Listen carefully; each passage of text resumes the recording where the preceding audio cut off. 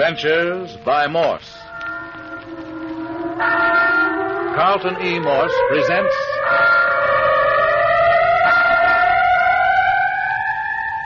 The City of the Dead, featuring Captain Friday. If you like high adventure, come with me. If you like the stealth of intrigue, come with me. If you like blood and thunder, come with me. But first, listen to a word from our sponsor.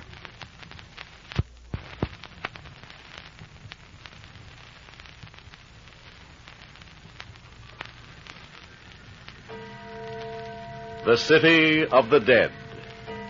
There are 10,000 citizens in the City of the Dead, each with a white marble slab indicating each residence. The gates of the City of the Dead have long been closed to newcomers. It is a city whose population has remained unchanged for the last 10 years. And the mayor of this city is Joshua Friday. Some call him caretaker of the old cemetery in the valley. But anyone who knows Joshua Friday at all calls him mayor. He is the only living person in the City of the Dead. That is, unless you care to include Lammy Fink, a slow-witted fellow who does kitchen police duty and a little gardening in the city during the day, and retires beyond its precincts at night. The City of the Dead lies in a tiny valley 25 miles from the suburb of a great city. It is off the main highway and completely isolated from the world. But now it's 9 o'clock on a moonlit, windy night in October. Come on, get out of that car. You heard me. What do you want? You want me to plug you? Oh, Jimmy, do what he says. You too, girl. Get out. You let go of me. You let that girl alone. And get out of the car. Both of you. Yeah. Now start walking. No, the other way. But that's toward the graveyard. You heard me. And don't look back or they'll pick up your bodies in the morgue wagon in the morning. Now get moving. Jimmy, what's happening to us? Keep walking. Don't look around. They've stolen your machine. I know it, Phyllis. I couldn't tackle two armed men. Well, of course you couldn't. Shouldn't have parked way out here in the country. But it was nice. It was so still in the moonlight. Who do you suppose they were? Probably car thieves. They didn't touch us. Jimmy. Listen. Church bell. Oh, but there aren't any churches around here. Oh, sure there is.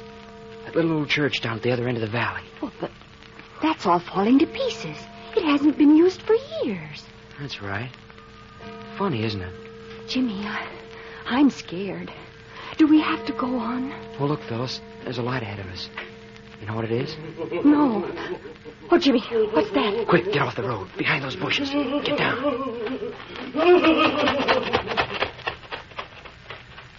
Oh, Jimmy.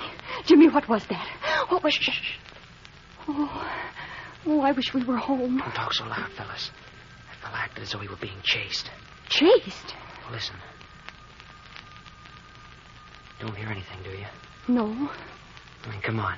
Keep on the grass. Well, where are we going? You saw that light. I just remembered that the caretaker of the City of the Dead lives around here somewhere. That must be his place. Oh, I don't like that name. What? City of the Dead? Yes. The graveyard's bad enough. Well, anyway, we'll get him to let us use his phone and call the police and have a car sent out for us. Oh, there, you can see the outline of the house among the trees. See it? Uh-huh. Looks awfully lonesome, doesn't it? Mm. Look. What are those? We're inside the City of the Dead. Those are the tombstones glistening in the moonlight. I don't like it, Jimmy. Oh, here's the door. Oh, Jimmy, don't leave me. I'm right here in the shadow. He doesn't answer. It's funny. What do you want? Oh, Hey! no. Hey, where did you come from? What do you want? Are you the caretaker? Supposing I am. Oh, what made you sneak up on us from behind? That you making that crazy noise? What noise? Oh, you mean the man crying? Oh, so 'twas you. Oh, no, it wasn't. He passed us down the road. He was scared. What are you doing here? Why, our car was stolen from us. Oh, stolen? Hi, Doc. Open the door. Yes, two men held us up. We want to phone to the city for help. Do you hear, Doc? They're coming, Mayor. Oh, here you are.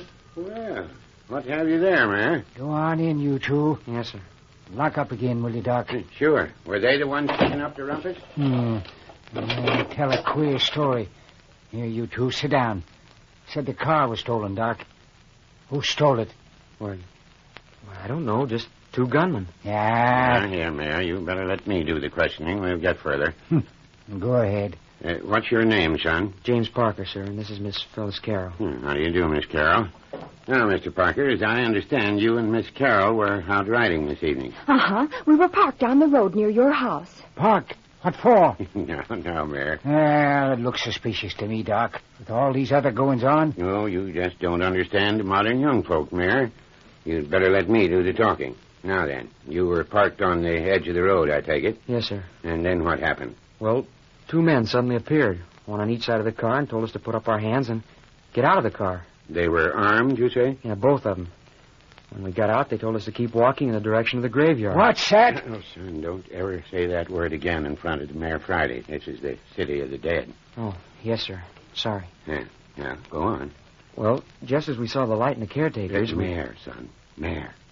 Yes, sir. Just as we saw the light in the mayor's house, we heard someone coming down the road as hard as he could run. He was scared. Hysterical, huh? Yes, sir, he was. Crying and sobbing. Oh, Jimmy, you forgot about the bell. Bell? Yes, the church bell. It seemed to come from down at the other end of the city of the dead. I guess it was from the old church down there. You hear that, Mayor? There ain't been no bell in them ruins for 10 years, Doc. No bell? But we heard it. But I tell you Never that... mind, Mayor. Now then, son, what happened after that? Well, after the man ran by, we waited a few moments, and we came to the door and knocked. That's all. Oh, I see. What do you make of it, Mayor? Don't like it. Think they're lying. But we're not. Listen, let me call up the police. Police? The police? Listen, I'm mayor of the city of the dead, and what I say goes.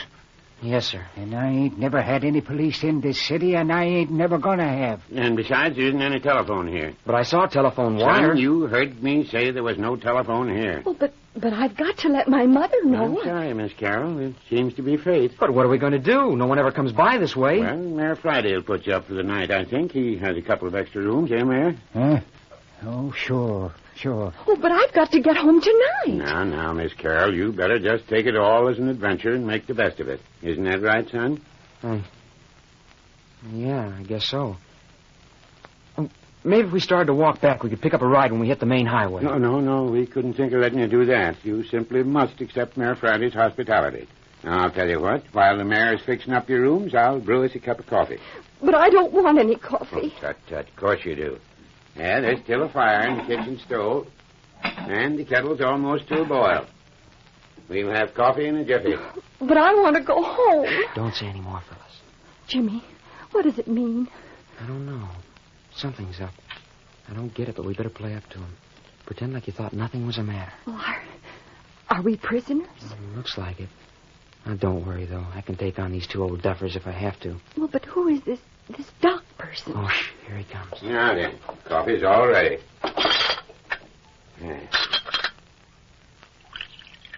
There you are, Miss Carroll.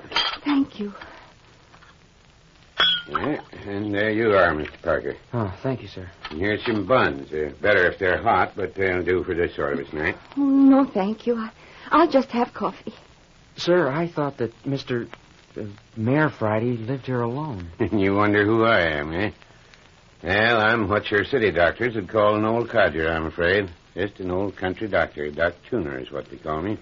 But I wouldn't think they'd need a physician in the city of the dead. Oh, no. The city of the dead isn't my seat of practice. That is, I should say it wasn't my seat of practice.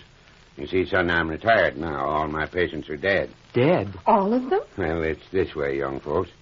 I was a family doctor and had my little practice and was like a member of each family that I doctored. I knew all the little troubles and every pain of each of my patients. Never seemed to hanker to add new patients to my clientele, especially as I grew older. More coffee, Miss Carroll? It does taste good. Well, as time went on, I found myself laying more and more of my patients to rest in the city of the dead. But there hasn't been anyone buried in the city of the dead for the last 10 years. Well, this was years ago, son. Well, finally, about 10 years ago, I discovered that all the families I'd doctored were either dead or had moved away. As I hadn't added any new patients, I was a doctor without a practice. But couldn't you have got more? Oh, suppose I could, but I never made a practice of it, so I didn't hanker to begin trying at my age. I was getting well along, and besides, I had enough to live on. Oh, I see. Which means that you don't see at all. Well, son, as I said, I lost the last of my patients about the time they closed the City of the Dead as a burying place and opened up a newfangled cemetery over on the other side of the city. My last patient just slipped in under the bars, you might say. Last person to be buried here. All your patients are buried in this great, the City of the Dead? Every one of them. So you can see the City of the Dead has a very soft place in my heart. I often come down here and stay a spell with the mayor. It's kind of like being with old friends. Going down there among those little white headstones brings back all the old days to me. And you just happen to be here on a visit tonight? Huh? Oh, yeah. Oh, here comes the mayor. Well, your room's is ready. Yeah, that's good. I suppose, Miss Carroll, you'd better take the first room. Mr. Parker, you take the one right next to it. That right, Mayor? Don't make no difference. Yeah, good night. I hope you both sleep well. I'll call you for breakfast. Good night, Dr. Tuner. And you too, Mr. Mayor Friday. Good night, son. And you, Miss Carroll. Yes. Good night. Night, Phil. Remember, I'm right next door. Night, Jim. And now you, son. Yeah. Hi. Hi out there. Hey, what do you mean by locking the door? Oh, Phyllis! Phyllis! Jimmy, is that you? Yes, Phyllis, they've locked me in and the window's barred.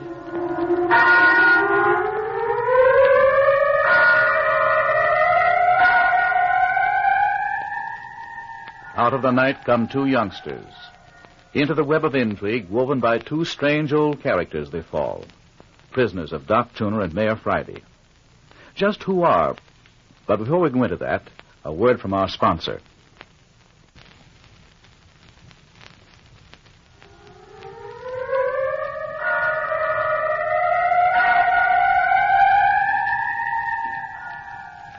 Having locked Jimmy Parker and Phyllis Carroll in adjoining bedrooms in the caretaker's cottage, old Doc Tuner and Mayor Friday are out among the gravestones investigating. Well, look here, Mayor. We won't be able to find anything down here among the graves this time of night. Yeah, moon's good. Anyway, I know every stick and stone in the City of the Dead. I'll know if anybody's been prowling around. But morning will do just as well. No, it won't. I'm going to look, and if I catch anybody prowling around, well, I got my gun. But if the men got away, as those youngsters said... Supposing they ain't telling the truth. All that nonsense about hearing a church bell. Well, the girl was telling the truth, Mayor. I know the truth when I hear it. Dang funny. Ain't no church bells within 20 miles of here. I tell you, Doc, I'm just going to raise old Ned if I catch anybody bothering any of my citizens. They come to the City of the Dead to rest, and I'm going to see that they get it. No, of course, Mayor, but what gets me is why anyone should want to rob a 10-year-old grave and let... By Jove, Mayor. Huh? Well, never mind now. This is going to take some thinking over. I'll tell you when we get back to the house. Look yonder at the wisp of fog among the stones. Yeah, them's the first bits of fog sweeping down the valley. Another couple of hours and the whole city will be so thick you can cut yourself a hunk. Strange how I love this old place. Those wisps of fog remind me of rays, nice, friendly phantoms. Reckon you have the same feel about this place as me. Oh, listen. There's your church bell. But there ain't any bell, I tell you. I seen them take it out of the tower 10 years back when they quit using it. Yeah, maybe your ears are deceiving you, but personally, I hear church bells. Yeah, gives the fella the creeps, don't it? Yeah, it seems to me there are altogether too many mysterious things happening in the City of the Dead, if you get what I mean. I don't. Well, for a city of quiet, decent folk that are supposed to be at their last resting place, there's a beastly lot of nocturnal activity. Listen. Bell stopped. Say, I got a thought, Mayor. Yeah? Why don't you put old Lammy Fink to keep a lookout at night? If he saw a prowler... If he saw a prowler, he'd have a fit. Lammy Fink. That addle-brain wouldn't stay in the City of the Dead after dark for anything on earth. Well, to be honest about it, Mayor, it looks to me like the kids are telling the truth. In the morning, we'd better feed them and send them on their way. And have them go home and tell a long rigmarole about auto bandits and hysterical men and phantom church bells and us locking them up for the night? Well, you can't keep them locked up indefinitely. Better turn them loose before any more harm's done. Mighty funny they should show up right at this time. Looks queer to me. Somebody's been monkeying around in the City of the Dead for the last week. Then we up and catch a couple. Don't seem natural to me that they should be innocent. Well, and then I lied to him about the telephone. That's something else for him to talk about. Guy's sakes, Doc. If they went to the police with all that, the city of the dead would be run over with police and thrill hunters for weeks. I ain't gonna have it. What's this? Look here. Man's cap. Yes, it's a cap, all right. Recognize it? Yes. You don't say, Mayor. Yes. Belongs to Lammy Fink. Don't tell much. Might have left it here yesterday while he was working. No, he didn't. I was by this way after he left last night. Wasn't here then. And anyway, he was working down at the other end of the city. And again, I seen him when he left after work, and he had it on his head then. Well, those are three pretty definite reasons to make us believe that Lammy Fink isn't so afraid of the city of the dead after dark as you thought. Likewise, it rather indicates that Lammy was down here tonight. I know Lammy. He wasn't down here. Not if he could help it, he wasn't. You're a stubborn fellow, Mayor. You deny their church bells even when you hear them. Now you intimate that a man's cap has arrived on the scene without reason or assistance. Well, things ain't like they should be, Doc. Something's the matter. Somebody's desecrating the city of the dead. Well, the thing to do is to question Lammy tomorrow. Shh, wait, listen. The church bell again. Say, I'm beginning to think you're right about investigating that old church. I'll go down with you tomorrow. I ain't gonna wait till tomorrow. I'm going down there now. Oh, come now, Mayor. It's getting foggier than the deuce. You won't be able to see anything. Going anyway. If there's anything there, I'll see it. Oh, what's the use of chasing phantom church bells this time of night? Don't come if you don't want to. I'm going. Well, if you're going, I might as well go, too. You ain't fidgety at your age, are you, Doc? Who, me? Blamed old fool. Come on.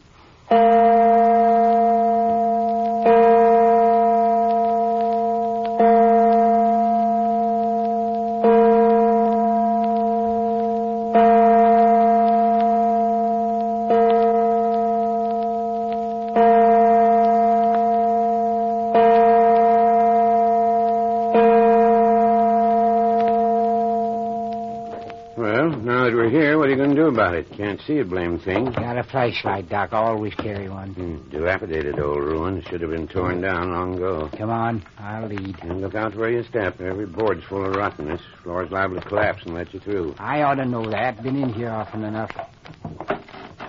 Hey, what in tunket's that?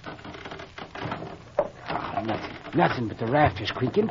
Can't you feel the whole building sway when the wind blows? It's that old. Yeah, and the whole shebang's likely to crash down on us. Don't reckon so. Keep quiet.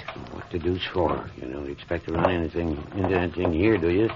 Most folks have better sense than to risk their neck in this kind of a place. If a bell rung, somebody rung it. But you said there wasn't any bell. Mm-hmm. Last time I was in here is when we buried old man Burton. It was more than 10 years back. You remember old man Burton, Mayor? Yeah. Yeah, walked down this very aisle behind his coffin. Oh, Lord almighty, Mayor. Just a screech owl, Doc. That's the blamedest noise. Shh, hold it. I told you we should have waited until morning. It ain't nothing. Come on. Where are you going now? We're gonna climb up this here ladder into the belfry. No, we're not. I am. Like as not, one of the rungs will give way and you'll break your neck. I'm gonna chance it. Yeah, then let me go first. No. This here's my funeral. You be careful there. Listen to those rungs squeak under your weight. Yeah, they'll hold, I guess. Are you coming? Yes, of course. Hold that light down here so I can see what I'm doing. All right. Right behind you. All right, Doc. You wait for me at the top of the ladder. Yeah. If there's anything doing, I might as well be in on it.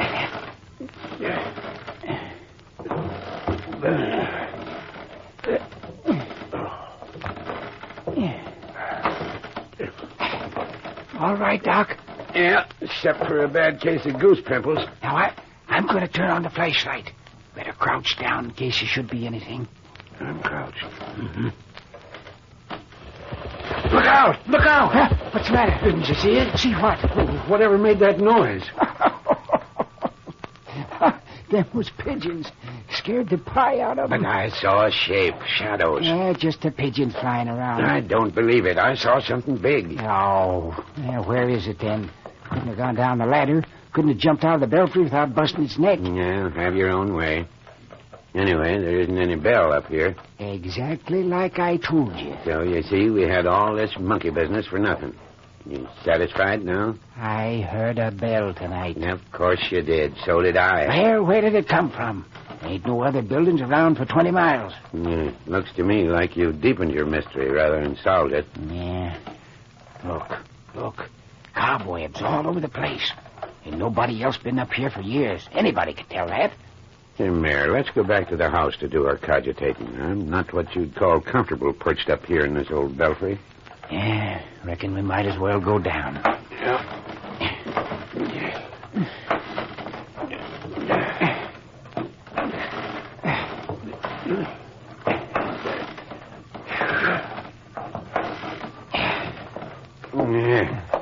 Glad that's over. I'd make a blamed poor monkey at my age. Come along. Now, where do you think you're going? Well, as long as I'm here, might as well look over the whole place. You sure are anxious to break a leg. You feel how springy these floorboards are? Liable to give away any minute. We'll take a look behind the altar. Yeah, what's back there? Well, it used to be the preacher's study. It was never used, though, after the old bell ringer committed suicide in there. By Jove, Mayor, I'd forgotten about that. Old Sammy Martin hanged himself, didn't he? Yeah. Yeah, locked the study off and never used it after that. Of course I remember now. 15 years ago, if it was a day. It ain't locked no more, don't reckon. Look here, Mayor, I'm not so certain I like this. Like what? Well, we've got a dead bell ringer. Yeah? Now we've got a phantom bell. You think there's any connection? No. You? I hope not. Whoever heard of a doctor being scared of ghosts? I don't recollect saying anything about being frightened. I'm just putting two and two together. Mayor! Where are you? Where's the light? Are you hurt? No, I'm all right. Just broke through the floor and... Hurt? Have you got the light? No, just skin my shin blast this rotten place. But the light... Yes, here it is. I hung on to it. My soul, what was that? Come from the study, didn't it? Yes, sounded so. Oh, that's only the rafters. Here, help me pull my leg out of this danged hole. Wait a minute until I turn on the light. No, leave it off. We'll sneak up on the study. What do you mean, sneak up? Here, give me your hand. There you are. Now, look here, Mayor. I've had enough for one night. I'm gonna see what made that noise. No fat chance of sneaking up on anything after the crash you made when you fell. We'll sneak up to the door and throw it open. Yeah, and get shot for our trouble. No, we won't. Be lying flat on the floor. Yeah. Yes. Then we'll wriggle into the room. Now, listen, I'm no snake. Then we'll wait until we hear a noise. You're crazy, Mayor. Yes, maybe so. Anyway, as soon as we hear a noise, we'll flash on the light and nab whoever's there. Just as easy as that. Come on now. Don't make a sound.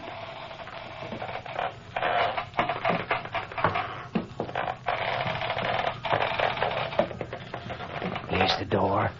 Lie down flat. Right in front of the door? Yes. It swings in. I'm right alongside you.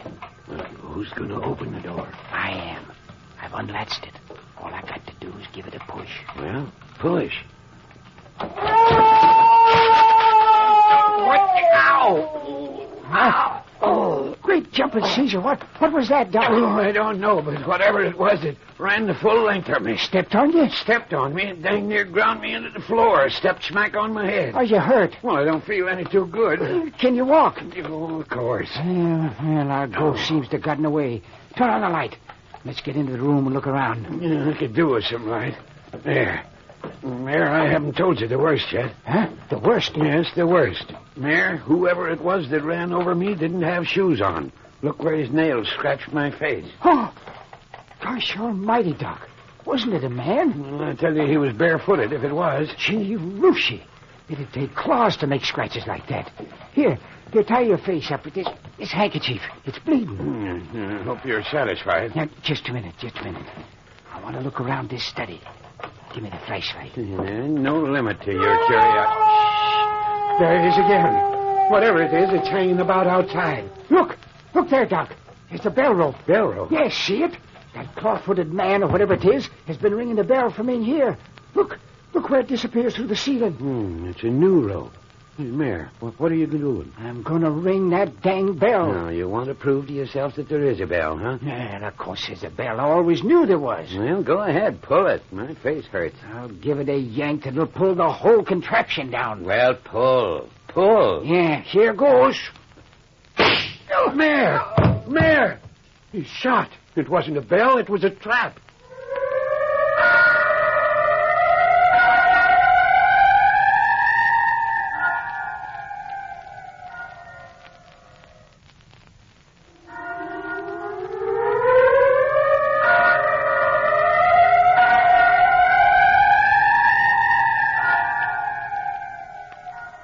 You have just heard the opening episode of The City of the Dead, especially written and produced for your sponsor by Carlton E. Morse. What is this clawfoot thing? What is the meaning of the phantom church bell? Why are Jimmy and Phyllis held prisoners? And finally, who shot Mayor Friday? And how and why? The mystery grows deeper and creepier next week with Chapter 2 entitled, I've Dug Up Something Ghastly.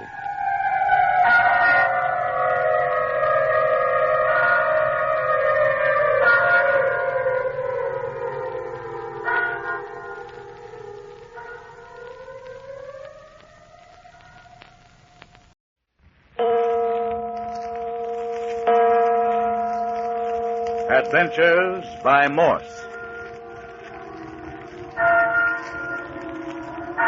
Carlton E. Morse presents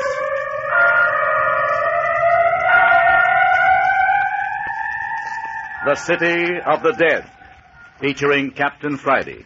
If you like big adventure, come with me. If you like stealth and intrigue, come with me. If you like blood and thunder, come with me. But first, our sponsor.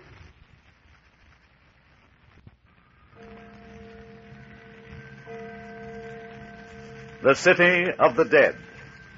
Midnight in October. A night when almost anything is liable to happen, and much already has. Old Joshua Friday, mayor of the City of the Dead, otherwise known as the caretaker of the old cemetery no longer in use, had just been mysteriously shot. The shooting took place when Mayor Friday pulled a bell rope in the little church ruins at the lower end of the City of the Dead.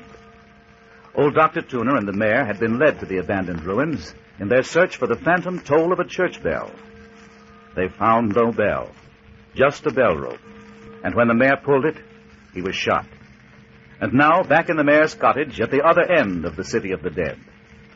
Earlier in the evening, Dr. Tuner and the mayor had locked up young Jimmy Parker and the girl, Phyllis Carroll, who had stopped there for aid when their parked car had been stolen from them by gunmen. But that was 9 o'clock. It's midnight now, and Doc Tuner had carried the unconscious body of his friend from the old church back to the caretaker's cottage.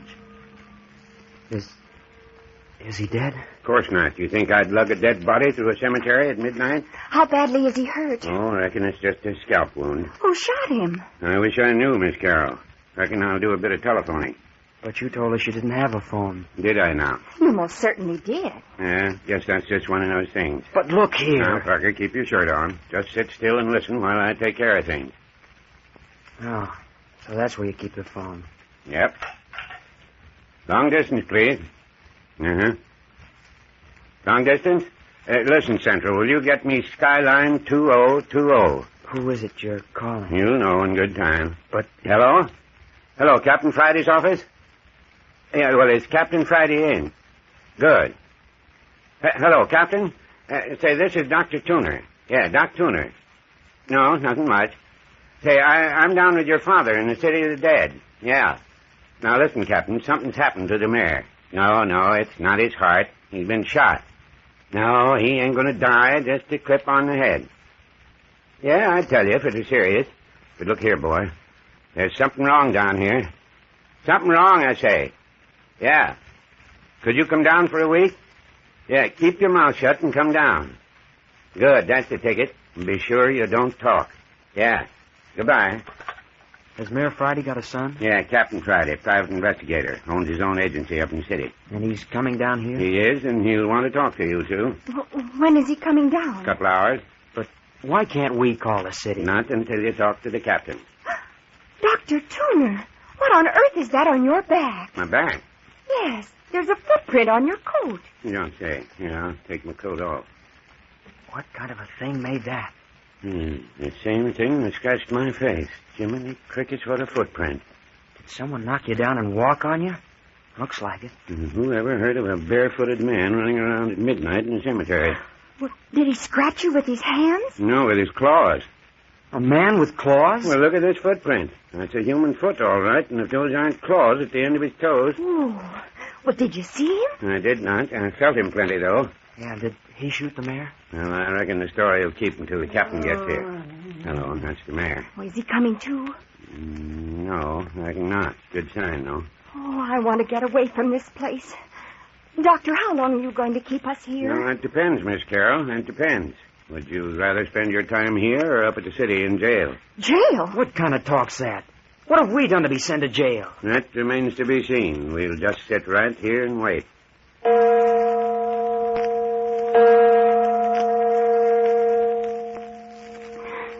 2 o'clock. Oh, dear. Here he is. That'll be him. Hello, Doc. Captain Friday, you made a quick trip. One of the traffic boys brought me down on his motorcycle. How's Dad? Just as I told you, not in the slightest danger. Still unconscious, though. This is Miss Phyllis Carroll and James Parker. Oh, yeah. How do you do? Company, eh? Well, in a way, maybe. Not company? What then?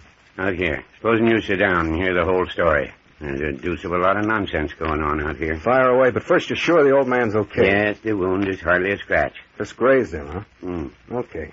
Go ahead with your story. Well, in the first place, there have been indications of marauders in the city of the dead for the last 3 nights. Yeah? Footsteps on the gravel. Footprints the next morning. Once the mayor was certain he saw one down among the graves. Mm-hmm. And then tonight, well, we heard a scream that had raised the dead, and then someone ran by the house sobbing as though scared out of his wits. Man? Sounded so. The mayor slipped outside, and pretty soon he shouted to me to open the door, and he brought these 2 youngsters in. Well. And they swear they didn't make the noise. Did either of them look as though they'd been frightened? No, they're just nervous. They said they'd just been held up by 2 gunmen and their car taken away from them. Better and better. What next? Well, after they were held up and were walking toward the cottage here, they say this frightened man that the mayor and I heard ran past them. Did you get a good look at him? No, we got off the road when we heard him coming. Yeah. Too bad. And then they claimed to have come directly to the house here. They wanted to telephone the police in the city. And Dr. Tuna said there wasn't a phone in the house. What was that for, Doc? Let's pass over that for the moment. Uh-huh. Go on. Well, Mayor and I took it into our hands to, detain these 2 young people. Lock them up? Well, yes, in a way. High-handed business. Well, how do we know but what they're grave robbers? Ever rob a grave, Miss Carroll? No, sir. You, Parker? Do I look like a grave robber? There you are, Doc. Looks like you and Dad pulled a boner. Now then, what happened? Oh, yes, I almost forgot about the phantom church bell. Don't tell me you got a ghost mixed up in this. Well, these youngsters came in with the story of hearing a bell ringing down at the other end of the city of the dead. Down in the old church? Yes, but the mayor said there wasn't any bell there. This is beginning to have possibilities. Well, after we locked up these 2, we went out to look around, and I'll be a son of a gun if we didn't hear a bell. Well, Captain, your dad's sort of impetuous at times. Thinks after his son. I bet your money he dragged you down to the old church. He did. First up in the balcony, and then back to the old study behind the altar.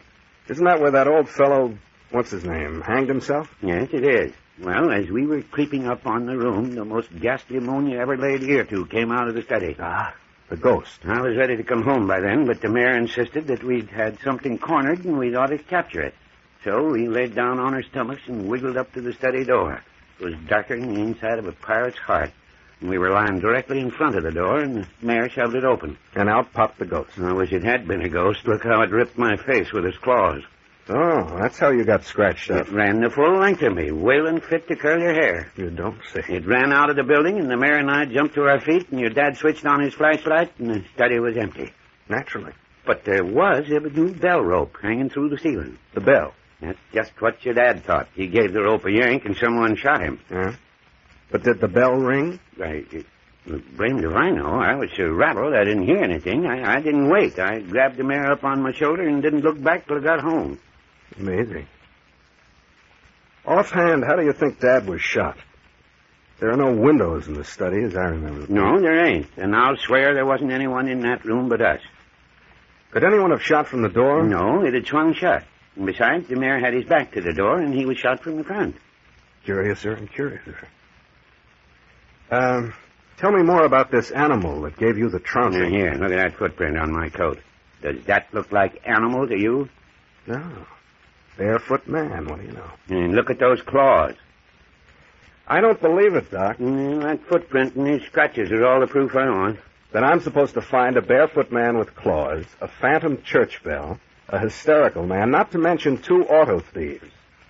More than that, I'm supposed to find out why 2 law-abiding citizens, one of them my own father, have practically kidnapped a perfectly respectable boy and girl. Mm-hmm. I reckon you'll be just as well off not to look into that bangle very close. And there was something else. You know the mayor's got a sort of a half-wit gardener working for him. Old Lammy Fink? Is he figuring on this, too? Well, we found his cap down among the tombstones as we were going down to the church. Here it is. The mayor said he saw Lammy wear it home from work last evening, and it looks to me like Lammy was back in the city of the dead last night. No, not Lammy. He's scared to death of this cemetery after dark. That's what your dad said, Captain. And that's the truth. I know Lammy. He wouldn't come near the place after sunset. Well, then explain the hat. Give me time, Doc. Give me time. I've been here a half hour yet. Look here, you two talk and talk. Aren't you going to let us call the city? Well, what about it, Doc?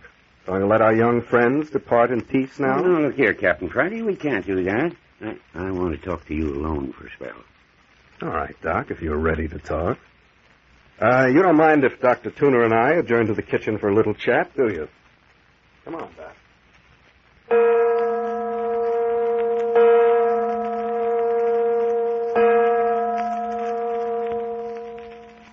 Well, it's like this, kids. Dr. Tuner has thrown new light on this business. Suppose you tell me, Mr. Parker, who you are, what you do. I'm a student at the University of California, junior year. I see. Living with your parents? No, I have a room in a small hotel What hotel? in Britain. Would you be missed if you didn't show up for, say, a week? Why, I suppose so. I see. What about you, Miss Carroll? I don't work anywhere. Live at home? With my mother. What's your address? The Brundell Apartments on Jackson Street. Any phone? Franklin 7076. But you aren't going to keep us here, are you? Tell me this, Mr. Parker. How did you happen to come down to the City of the Dead tonight? Just driving. No ulterior motive. I mean, besides the moon and the girl. No. Well, look here, you two. You seem to have gotten yourselves into a mess. But no. Yes, wittingly or unwittingly. Now then, you have a choice. Either you remain here for a week and submit to being locked up nights and having a guard at all other times, or else I'll have to take you back to the city and have you locked up. We haven't done anything. Oh, that's to be proven. I can have the police hold you for investigation. I don't understand it. I don't know what it's all about. You can't do this to us. Nevertheless, it's happening. Now then, which shall it be? I don't know what to say. I want to go home. Well, that's impossible at the moment, Miss Carroll. If you chose to stay here, I'll make it right with your mother. Likewise with your hotel party. Oh, Jimmy. We could get out on bail. Not on a held for investigation charge, you couldn't. Believe me, I'd advise you to stay. Jail's a rotten place to spend time. Oh, yes. Oh, please, let's stay here, Jimmy. All right. We'll stay. Good. I'll run up to the city in the morning. Probably get back tomorrow afternoon about 5. You're going to the city to check up on Jimmy and me? Is there any harm in that? No. No, I guess not. That's fine. You two wait here a minute. I want a word with Dr. Coon. Oh, Jimmy, darling, what have we got ourselves into? Bill, get hold of yourself. I knew we shouldn't have come. I knew it all the time.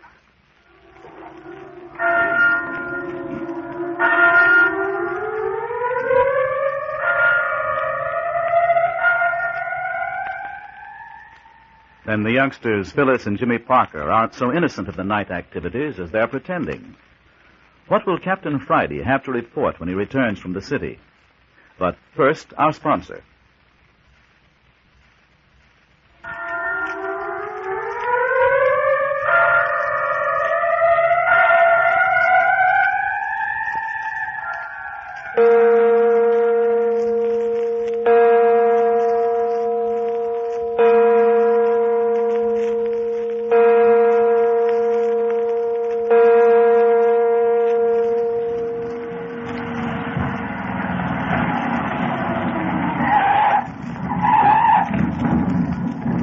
Hello, Dr. Tuner. Back again. Well, back from the city already? Quick trip, Captain Friday. Yep, sitting pretty.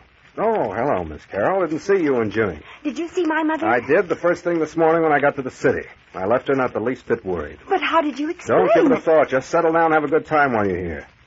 How's the mayor, Doc? Yeah, he came to just after you left this morning. He was feeling so rotten, I gave him a mild powder. Still sleeping. Did you tell him you brought me down here? Yeah. What did he say? No, he growled a little bit, but he's really tickled. He was. Old son of a gun. Say, Doc, what time are you going to give us some dinner? Oh, in about an hour, if Miss Carroll here will give me a hand. Why, of course I will. Well, that'll give Parker and me a little time to look about. Like to come along with me, Parker? Why, sure. Good. We'll take a run down among the tombstones. See you later, Doc. It's been a long time since I had a good look at the city of the dead. Oh, that's all? Mm-hmm. Here, let's cut across this way. Where are we going? I want to look over the ground where the mayor and Dr. Tuner picked up Lammy Fink's cap last night. Did Lammy show up for work this morning? I guess not. I heard the mayor and Dr. Tuner talking about it when the mayor came to. Doc promised to go over to Lammy's cabin and see what was the matter. Did he go? I suppose that's where he went. Anyway, he locked Phyllis and me up about noon and was away for a couple of hours. Yeah. Be careful where you walk and let me know if you find any footprints. Not that you're likely to find any on this grass. Captain Friday, what's it all about? Why are you keeping us here like this? Answer me one question, Parker, and perhaps I can answer both of yours. Well, if I can. What were you and Miss Carroll actually doing here at the City of the Dead last night? I told you. See, there you are. You won't play square with me. How can you expect me to be on the up and up with you? But I tell you, it was just an accident that brought us here last night. And I tell you, I think you're lying. Look, just because you're a private detective... Now, Parker, don't get nasty. If you don't want to talk, it's all right with me. I'll find out for myself eventually. In the meantime, our relationship can be pleasant or strained. However you want it. You won't find anything out about me. You took the trouble to look me up while you were in town. I did take the trouble.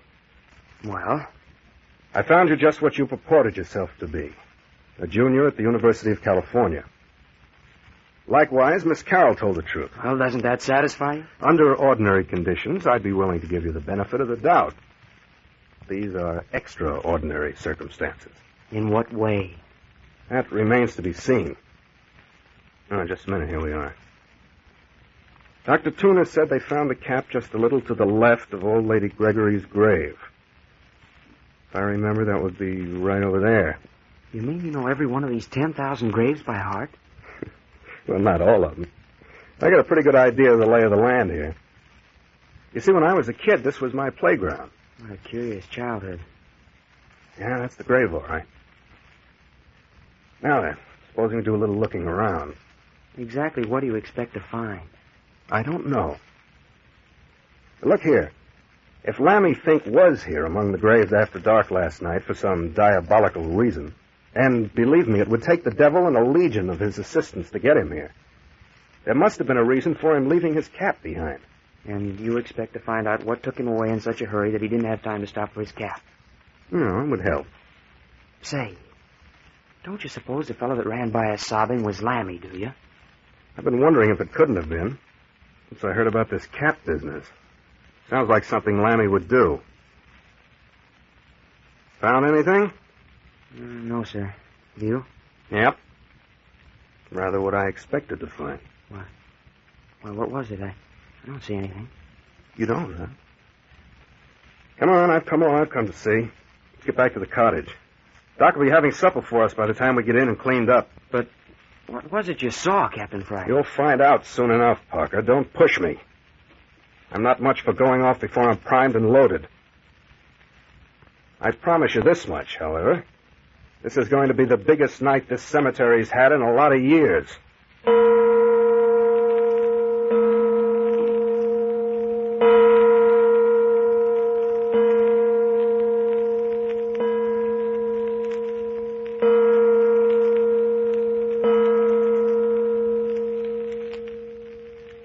Now that you've had your supper, Mayor, don't you think you better turn in? You look sort of peaked. Yeah, not on your life.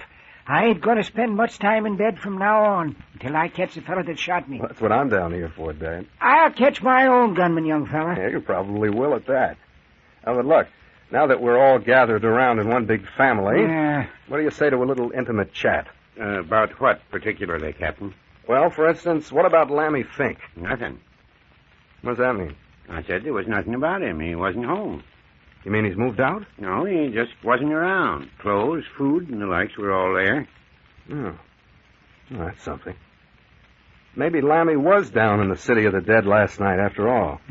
Don't believe it. You been down to the old church yet, son? No, not yet, Mayor. Trip to the city took most of the day. Did have a look around the place where you folks picked up Lammy's cap, though. Find anything? I did. You did? What did you find, boy? Before I tell you, I want to ask Miss Carroll a question. You mind, Miss Carroll? Why, of course not. Good. What would you expect to find if you opened a grave? Why do you say that? Why do you look at me like that? Say, what are you trying to do? Suppose you keep out of this, Parker. An asinine question if I ever heard one. Yes. Perhaps you'd like to answer the question yourself. Sure. Offhand, I'd say a corpse. Not a half-bad guess. Somebody evidently wasn't quite so certain. Look here, Captain. What are you getting at? That's what I say. Somebody evidently wasn't quite certain just what one does keep in a grave. What do you mean? Somebody opened one down in the city of the dead last night. Opened a grave? What? Robbing a grave in my city? By thunder... Dad, take it easy. You know anything about it, Miss Carroll? Why, no. No, of course not.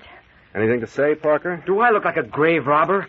Besides, how do you know a grave was opened? So where the turf had been carefully cut about the edges and then replaced. It was old Ernie Morton's grave, Doc. Ernie Morton's grave, eh? Think of that, Mayor. Think of anyone wanting to disturb poor old Ernie Morton's bones. I'll have somebody's hide for this. Thought we'd go down this evening and see whether the ghouls carried Ernie away with them.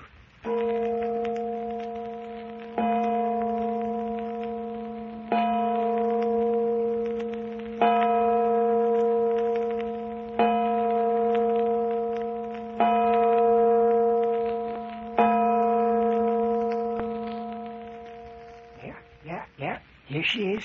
Here's the grave. Yep, this is the one, Mayor. Strip off your coat, Parker. You and I are going in for a little heavy exercise. I'm to help dig? That's the idea. Hey, see here? The sod's all loose. We'll lift it off first, and then it can be replaced. The ghouls who did this knew their business. That's a neat job, huh, Dad? Oh, excuse me, Dad. Now, keep out of your way. It is a neat job at that, eh, Mayor? Yeah, too neat. It'd take an expert to cut up the sod as perfectly as this and replace it in this manner. Know anyone who could do it besides yourself, Dad? Any landscape gardener could do it. Here, Parker, pile the sod like this so we can fit it back together when we get through. Could Lammy Fink do it? Lammy? Why, of course he could. Yeah. So I thought. But look here, son. You can't make me believe Lammy'd come down here and open a grave himself. Hey, listen to that, Captain. Church bell, all right. Yeah, coming from down toward the old church, too. Looks like I'm going to have to take a run through the ruins tomorrow. We'll go through in the daytime. No godly man would ever go in there at night. The Mayor and I know, don't we, Mayor? Yeah. Now, enough of the heavy work, Parker. Here's a shovel. You work at this end, and I'll work at the head for a while. When we get down a foot or two, we'll have to work in relays. There won't be room for us both. I'm not used to this sort of thing. You're not, huh?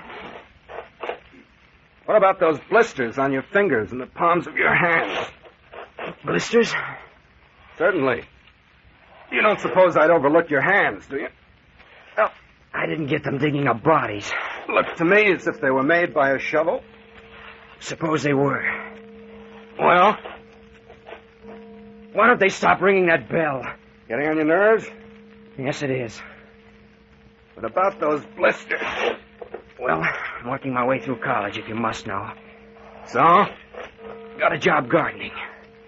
What's the use of lying? It'll only make it worse for you. I'm not lying. Here, rest a moment. Get your breath. Yeah, you're making good headway.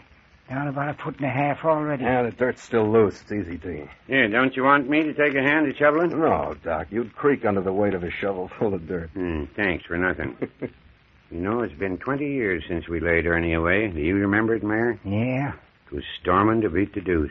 There wasn't anyone present except you and me and the two gravediggers and the fellow that drove the hearse. Yeah, Doc, I remember.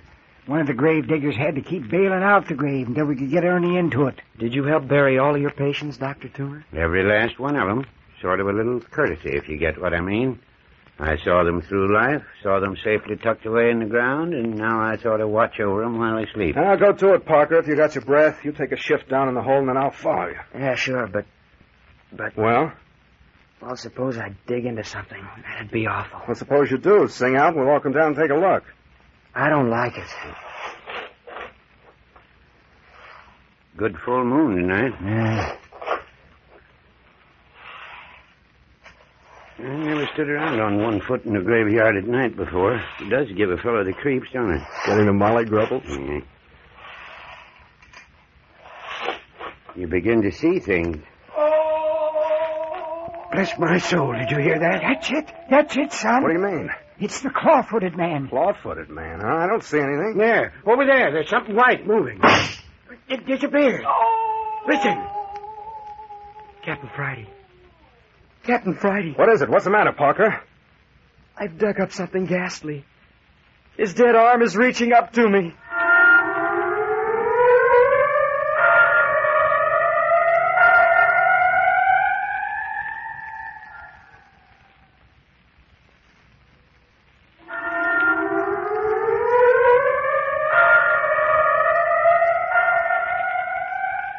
You have just heard the second episode of The City of the Dead, written and produced by Carlton E. Morse.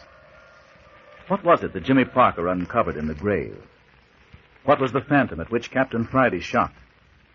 What will the old church ruins reveal by daylight? Come with us next week when you will hear the third episode entitled The Body That Walked Off.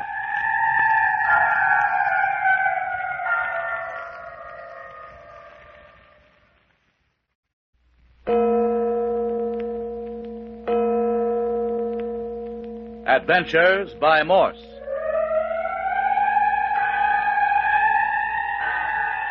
Carlton E. Morse presents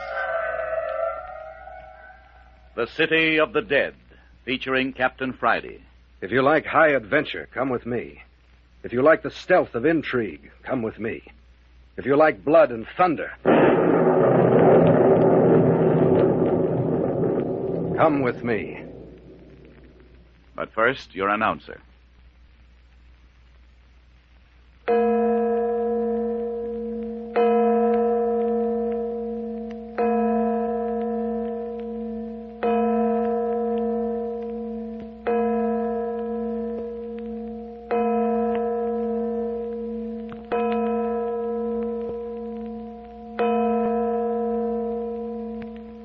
Eight o'clock at night in October.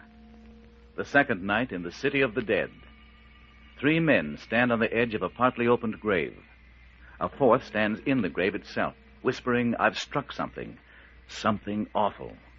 That was Jimmy Parker. The 3 men above him on the brink of the grave are Joshua Friday, mayor of the City of the Dead, otherwise known as the caretaker of the old cemetery. Dr. Tooner, now retired from practice, since he has buried his last patient here in the city. And third, Captain Friday, son of the mayor, a private investigator. A grave had been tampered with, and tonight it is being reopened officially to discover why. First, Captain Friday would dig, and then Jimmy Parker would dig, and it was Jimmy who uncovered the dead arm reaching up. There's something else you should know about Jimmy. He and his girlfriend, Phyllis Carroll, are virtual prisoners of the mayor, Doc Tooner, and Captain Friday. In fact, at the moment, Phyllis is locked in the bedroom assigned to her up at the mayor's bungalow just inside the cemetery gates. Jimmy and Phyllis themselves are under slight suspicion of grave robbing. But just now, Phyllis is locked up, and Jimmy is down in the grave with something horrible. Just as Parker whispered his discovery, there was a hair-raising wail from among the gravestones. It disappeared, Captain Friday. You must have hit it. I didn't hit anything. I fired into the air. Dr. Tooner, Mayor Friday, everybody. I tell you, I've dug up something. What's that? You're crazy, Parker. You won't hit the coffin under 4 or 5 feet. I have struck something. It's an arm. Jumping Jehoshaphat. Are you lying, Parker? Let me turn my flash down in the hole. I tell you, Hey! Didn't you ever see a dead man before? Let me out of here! Let me out of here! Grab him, Doc. No! Now behave yourself! Let me go! Let me get away from here! You shouldn't have hit him so hard, Captain. And when he comes to, we won't have any more hysteria than your grandmother. Yeah, you're a tough customer, I'm afraid, my boy. Sure, why not, Mayor? It's part of the game. Yeah. Lay him out here on the grass. He'll be around presently. He wasn't far off. He struck something pretty ghastly, all right. But, son, that ain't Ernie Martin's body. Sure it isn't, Dad. Ernie died a natural death 20 years ago. This man was murdered last night. Do you mean that, Captain? You're a doctor. You should know. Here, take a look at his face. Strangled. Strangled. Not long ago, either, was it? Not more than 24 hours. Here, hand me the shovel. I'll finish uncovering the body, and we'll take it up to the shed behind the cottage. Did you recognize him, Doc? No, I didn't, Mayor. It isn't anyone I ever saw before. Wasn't Lammy Fink, then? By jiggers, I never thought about him. Let's have another squint at that face, Captain. I looked especially, Doctor. It isn't Lammy. Lammy has a deep scar at the roots of the hair on his forehead. There's none on this fella. No wonder somebody ran by the cottage and out of the city of the dead in hysterics last night. You think maybe it was the murderer we heard, Captain? No, not likely. Why not? Anyone with the courage to commit murder in a graveyard isn't likely to have a case of hysteria. Besides, anyone as frightened as that wouldn't have stopped to bury his victim and replant the turf on the grave.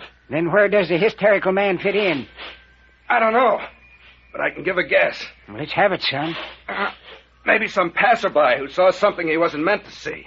Perhaps the murder. Ran out of the city of the dead, scared out of his wits. Yeah, we don't have passerbys way off down here, son. Oh, we'll have to see. Yeah. Now, I think we can lift the body out. Here, Doctor, can you reach the arms? Yeah. Good. Up we go. There it is. Unhappy business. You're not nervous, Dr. Tooner. Yes, I am, Dad. Blame you. What of it? No, it's perfectly okay with me, Doc. Dad, you got a stretcher around someplace, haven't you? In the shed behind the house where you got the shovel. I'll run up and get it. No fun carrying a body around in your arms. Keep an eye on young Parker. Shall I fill in the grave while you're gone? Don't touch anything. I want to examine that grave by daylight. You just wait around. I won't be long. Say, Mayor, do you know what I think about this whole business? No. How should I know what you think when I don't know what to think myself? Why in tarnation should anybody dig up one man's grave to shove another one in it? Well, I'll tell you what I think. I've got an idea that someone else has got onto the trail of what we've been after for years. You think that's what's at the bottom of all this? Yes, I do. Mayor, I told the captain all about this. Then you broke your word, Doc Tudor. We promised to never say a word. Well, it was necessary, Mayor. It was the only way I could make him keep Parker here and that Phyllis Carroll prisoners. Besides, he's your own flesh and blood. He's that, all right. Is he going to help us? Well, he wouldn't promise. The only thing he agreed to was to hold the kids a week to find out whether they knew anything about how you came to be shot. You think they know anything about the other? Well, of course they do. Think they were responsible for this killing? Well, I don't know. The girl was mighty anxious to keep away from this grave tonight. The boy held out better, but you saw how hysterical he got. That looks suspicious. So it does. Still, they don't fit into the picture right. There's something more to it. They couldn't have rung that phantom church bell we've been hearing. Neither could one of them been the claw-footed men that tromped on me in the old church. They were both locked up in the cottage at the time. Could they have friends helping them? It looks like a gang, all right. Looks like two gangs. Else why the murder? Jupiter, Mayor, if they're out after the same thing we are and want it bad enough to commit murder... Yes, I've been thinking about that. Well, I'm not telling anyone I know anything. You already shot off your mouth. The claw-footed man again. Look, see him, Mayor? I'm going after him. No, don't do it, Mayor. Don't do it. Look how he bobs and floats among the graves. Oh, let loose of me, Doc. Let loose. Come on, we can catch it. Hey, we're getting everything. Do you hear that bell? Save your breath. We're gaining on it. Run faster. Well, why don't you shoot, Mayor? You got your pistol, haven't you? Yes, of course. I forgot all about it. Stop a minute and we'll take a crack at it. Jumping Jupiter, Mayor, where did it go? I dropped it. That's what happened. No, you didn't. It didn't fall. It just vanished. Wait and see. Cut across the lawn here, but don't walk on the graves. It was right ahead. Here you are. Now, where's your claw-footed man? Probably just wounded him. Maybe he dragged himself off. Well, we'd have seen him, I tell you. He just plain vanished. I tell you, I dropped him. All right. But where... Doc, what's happened? Listen, Where are you? Hi, Doc Tuner. there's the captain. Hiya, Captain. Here we are, coming. Dad, all right? Yep, he's all right. Hey, where have you two been? Where's the body? Body? What body, Captain? The body we just dug up. Look here, son, you ain't fooling us, are you? Of course I'm not. You mean to tell me you don't know where it is? Now, look here, Captain Friday. Let's get this straight. Ain't the body lying beside the grave where we left it? It is not. You're sure it's gone? It's gone, all right. What have you two been up to? We was chasing that clawfoot fella. Well, he came right down here close by and let off a whole series of wails, so we took after him.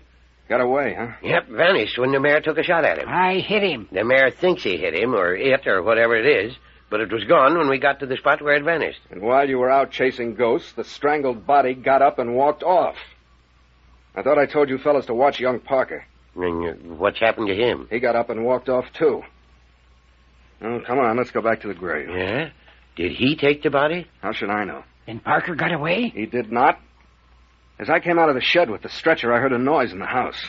I peeked in the window and saw young Parker releasing Phyllis Carroll. Left the key in the door, didn't you? Well, thought it'd be safe enough. What was the boy's idea? Well, it looked as though they were trying to make a getaway. Trying to run away. That looks bad for him, eh, Captain? Ah, here's the grave. Still got the hole left, anyway. Empty, all right. I wish we'd have caught that wailing critter. Might have solved everything. Whoever heard of catching a decoy? Decoy? Sure, Dad. Looks like your wailing ghost wanted you to chase him. Wanted to get you out of the way. But why? Well, likely we weren't supposed to examine the corpse. Probably its identification would have solved the whole business. Sure, I hadn't thought of that. Well, what's to be done? We're going back to the house and see what Parker and Miss Carroll know.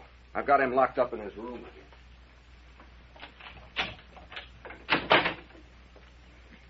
Miss Carroll, Captain Friday wants to see you in the living room. What's happened? Never mind. Go on into the other room. Come on out, Parker. The captain wants to see you. What rights he got slugging me and locking me up this way, even if he is Captain Friday? Well, you'd have gotten worse if you'd tried to make a break out of a jail. Now go on in the other room. Well, we'll see about these high-handed methods. Oh, come on in, Parker. Sit down. You think you're pretty smart cracking people on the jaw. Don't sit there. Come over here, away from Miss Carroll. Why shouldn't I sit by Phyllis? Oh, please, Jimmy, do what he says. Okay. There, that's better. Now then, Parker, what did you do with the body? Body? Yes, Miss Carroll, we found the body. Too bad, isn't it? Body? What body? The body somebody planted in old Ernie Morton's grave last night. Oh, Jimmy. We don't know anything about any body. Be careful, Phil. They're trying to frame you. Oh, so we're trying to frame you, are we? Tell me something, Miss Carroll. Yes? Did you see Parker the day he got his job? What job? You know, the gardening job, Phil, over at the university. Oh, that. Why, no. No, I didn't see him that day. Let me see. What day was it he got this job? Why... No, look at me, Miss Carroll. Don't look at Parker. That's better. Now then, when did Jimmy tell you he got that gardening job? Why, I've just forgotten. Sometime last week, I think. He told you about getting the job, did he? Oh, yes. Oh, well, Parker. So you told Miss Carroll about the job last week, huh?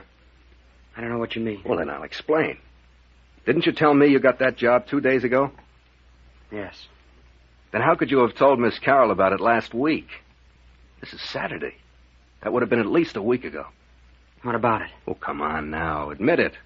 You haven't got a gardening job and you never had one. Isn't that the truth? Well... Answer me. You haven't a job, have you?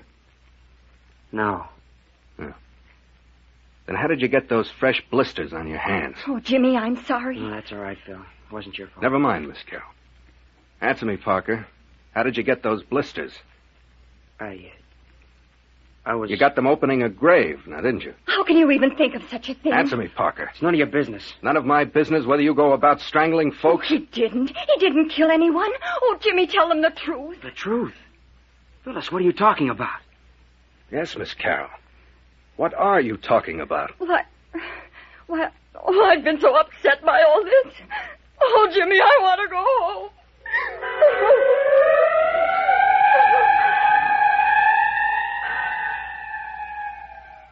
Oh, so Jimmy Parker and Phyllis Carroll are up to their chins in this after all.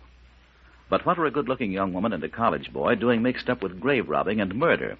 But more in just a moment.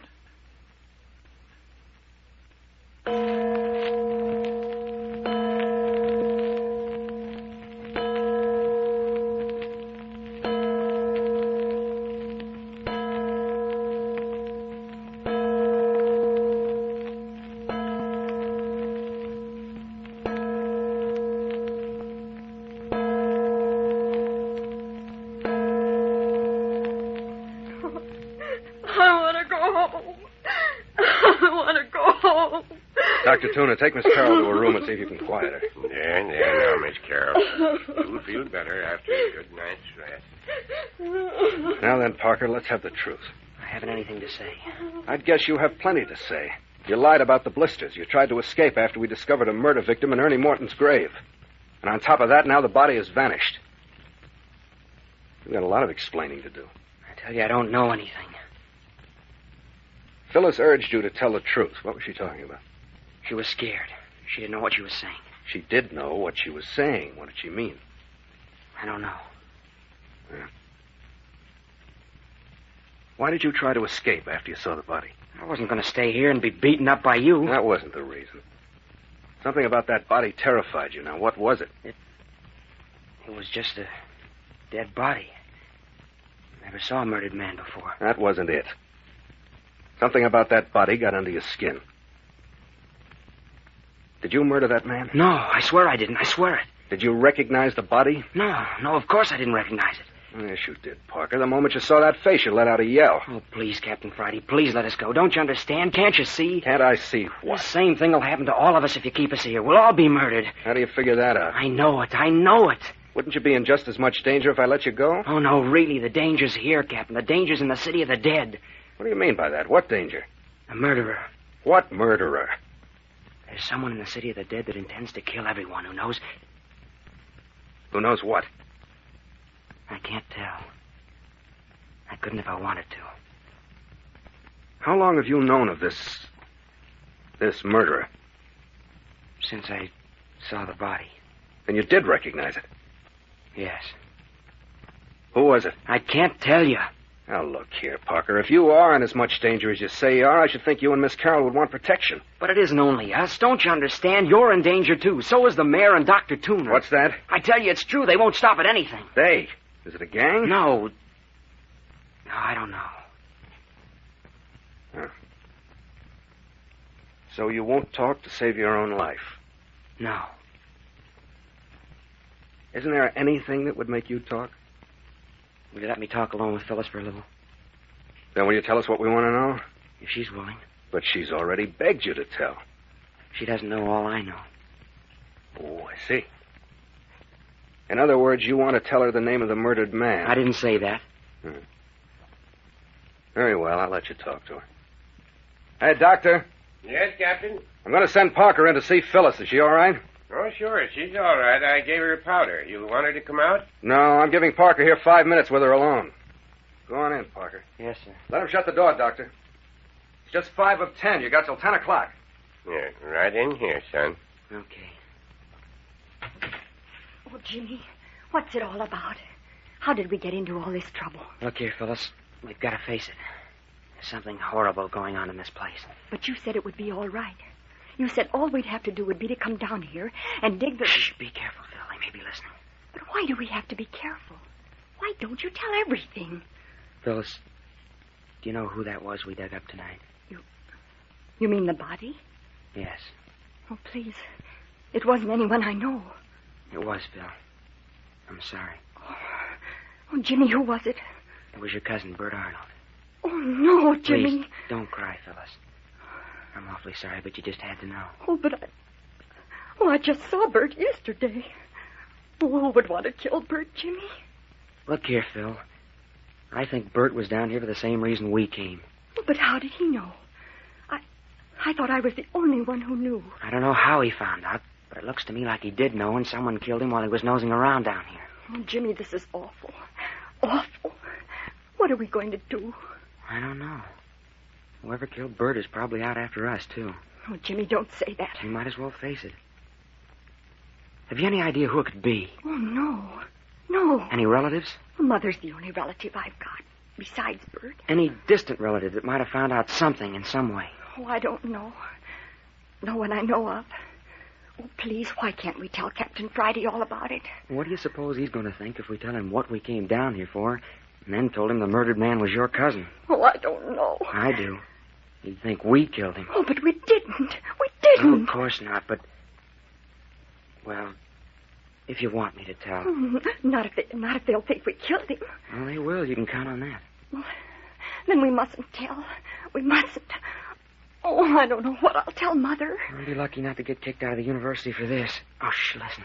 Come on out, Parker. Time's up. You won't tell. You won't tell, will you, Jimmy? No, fellas, but listen. If you hear anyone trying to get into your room, yell. Don't wait a minute, do you understand? Oh, well, do you think... Come on out of there, Parker. Coming! Remember what I say, fellas. Don't take any chances. Good night, Phil. Be careful, Jimmy. Sure. Well, here I am. Yeah. You ready to talk? No. Oh, it's that way, huh? Yeah, that way. Then go on into your room. But let me tell you this, Parker. If you don't come through with me, and mighty soon, I'll take you into San Francisco and throw you to the cops. You'll be only too glad to talk. I'll go on to bed and think it over.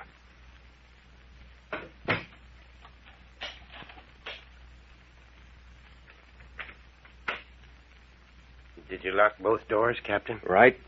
And I'm keeping the keys to both Parker's and Miss Carroll's rooms with me. Are there any more keys to those two bedrooms, Mayor? No, those are all, son. Well, it's 10:15. I'm turning in.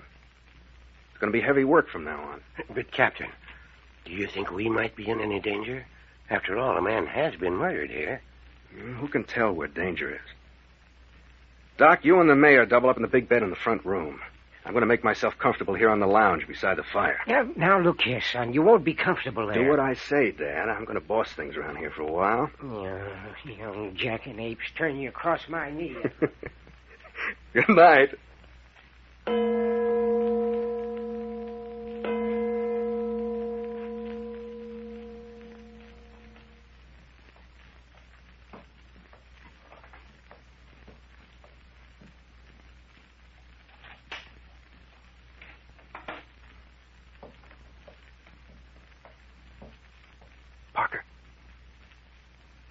Parker. Yeah. Shh. It's me, Captain Friday. Don't make a sound. What do you want? Get dressed as fast as you can. There's something hanging around outside the house. Hey, are you sure? Yeah, of course. Hurry. Is Phyllis all right? Yeah, I made sure of it. Everyone's asleep. What are we going to do? Find out who it is. Isn't it a man? Well, if it is, he's certainly got himself rigged out. You've seen it. Yeah. What does it look like? Well, by moonlight, it looks like a cross between the Headless Horseman and one of Shakespeare's witches. Come on, fella. Aren't you almost ready? Just a minute. One more shoe. Oh, here it is. Get into it. Thanks. But why are you ringing me in on this detective business? I thought I was a prisoner. If this fellow's hanging around for a chance to murder you, as you seem to believe, I just thought I'd give him a chance at you.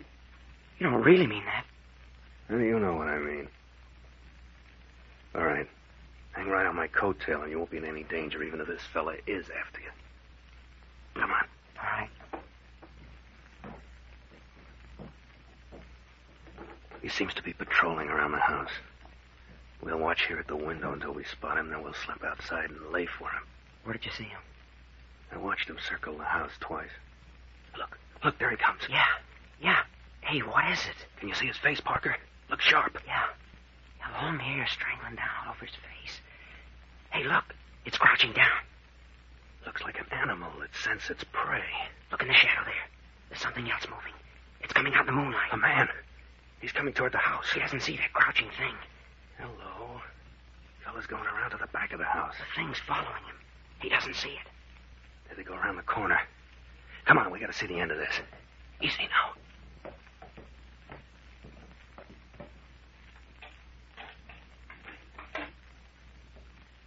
There.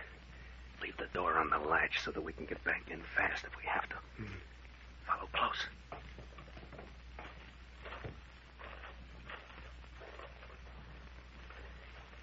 Just a minute. Here, let me take a peek around the corner. It's all in shadow. Can't see a thing. We'll have to take a chance. Come on. Softly.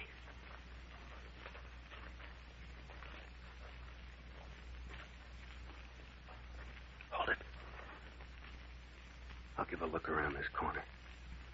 Now we'll get some moonlight in back of the house. See anything? Wait. Look at that, Parker. What's happening? Somebody's working on the bars to your window. The murderer, I told you. Yeah, but where's our pet ghost? He seems to have vanished. Look, the man's cutting the bars. We'll put a stop to that right now. But I hate like the deuce to make a move in the open until I know what's become of our long-haired phantom. Maybe the thing spotted us. Well, you keep a lookout behind. There it is. Keep down, keep down. Where? I don't see it. Crouched in that shadow right behind the man.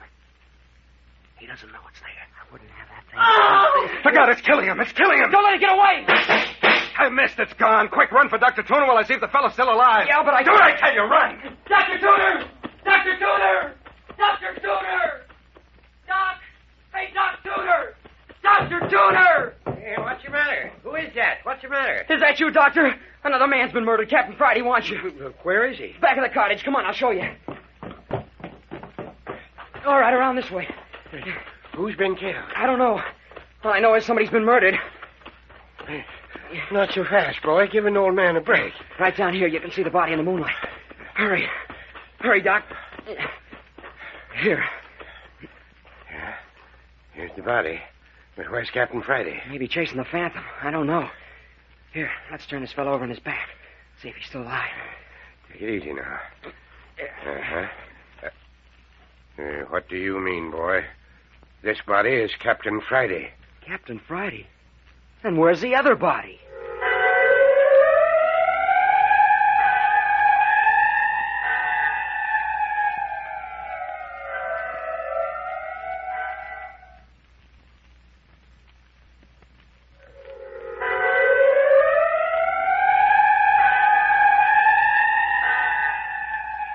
You have just heard Chapter 3 of City of the Dead. Why is it a corpse in the City of the Dead vanishes almost as quickly as it is made? Why is this phantom creature haunting the vicinity of the caretaker's cottage? And what's happened to Captain Friday? All this will unfold next week in the 4th episode of City of the Dead, entitled Old Clawfoot Again.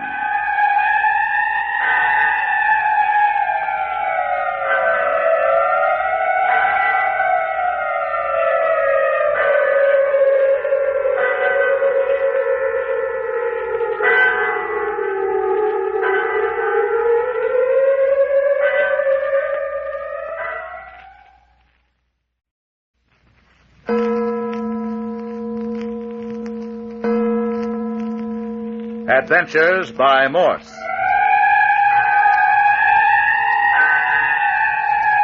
Carlton E. Morse presents The City of the Dead, featuring Captain Friday. If you like high adventure, come with me. If you like the stealth of intrigue, come with me. If you like blood and thunder, come with me. First, a message from our sponsor.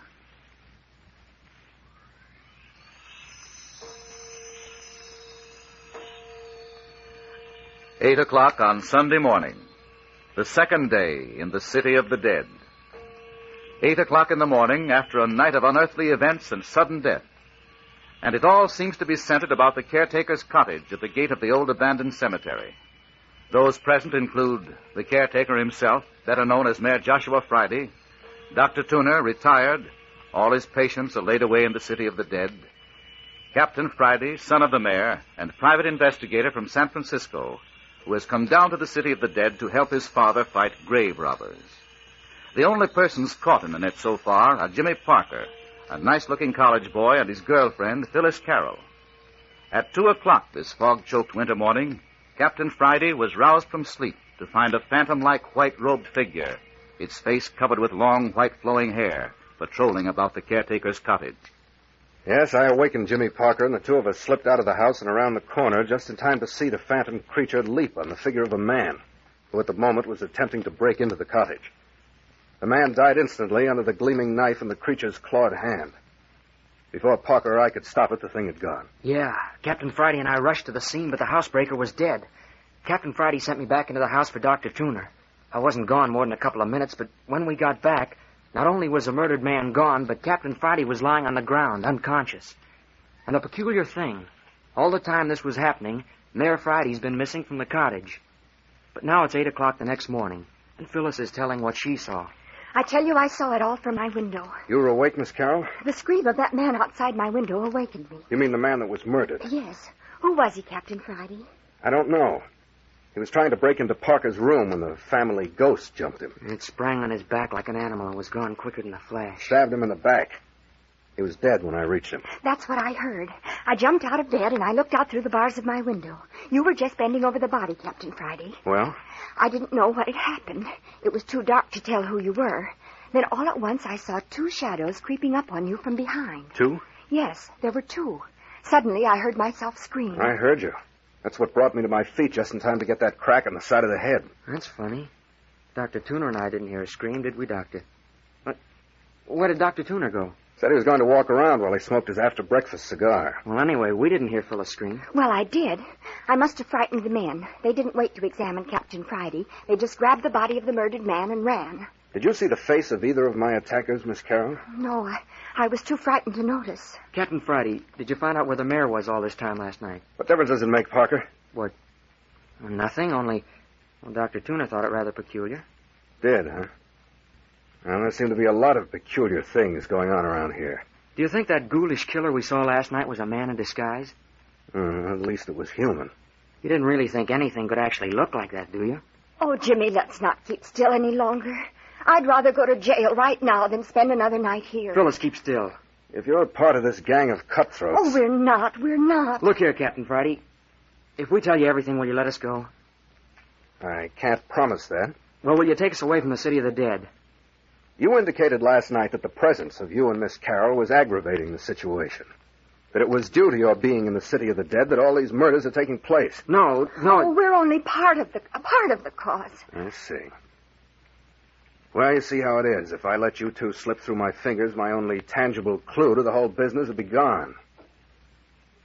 No, you've got to stay here. You can't keep us here. We'll be killed. You saw what happened last night. That fella cut through the bars of my window. They'll try again, and next time they'll get me. I know they will. You needn't worry about that.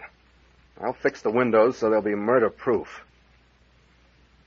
Now, you going to tell me what it's all about? Oh, Jimmy, let's tell him. Please, Jimmy. We can't be any worse off than we are now. Well, then I'll tell you. I'm going with Dr. Tuner and the mayor over to Lammy Fink's cabin this morning. After that, we're going down to the old church. I'll lock you 2 up together and you can thrash the thing out. But mind you, I expect an explanation tonight. Oh, yes, but put us together. I couldn't bear to be alone in this horrible place again. You understand, don't you, Parker? I'm not promising anything. So much the worse for you if you don't come through. Oh, Captain Friday. Oh, now what's up? Hey, Captain Friday. Now, what in Tucket you suppose has happened? Find another corpse, Dr. Tuner? No, I didn't. But that grave we opened last night has all been filled up and the sod put back on it. Don't look as though it had ever been touched. Filled up, huh? Now, there's an idea. Graves automatically opened and closed while you wait. I tell you, Captain, this is no laughing matter. Something bigger than the mayor and I ever figured on has broken loose. Hey, where is the mayor, anyhow? Catching up on the sleep he lost last night. Where was the mayor last night, Captain? Don't you know? I swear I don't. Oh. You were supposed to be sleeping with him. If you don't know, how should I? I didn't even know he'd left the bed until Parker came in and woke me up. I swear I didn't. You don't think old Doc Tuner and your own dad would hold out on you, do you, boy? Something's funny somewhere. Now I want you and Dad to go over to Lammy Fink's place with me. I don't see what good that'll do. After that, we'll run down to the old church ruins and see if we can find out who took a shot at Dad night before last.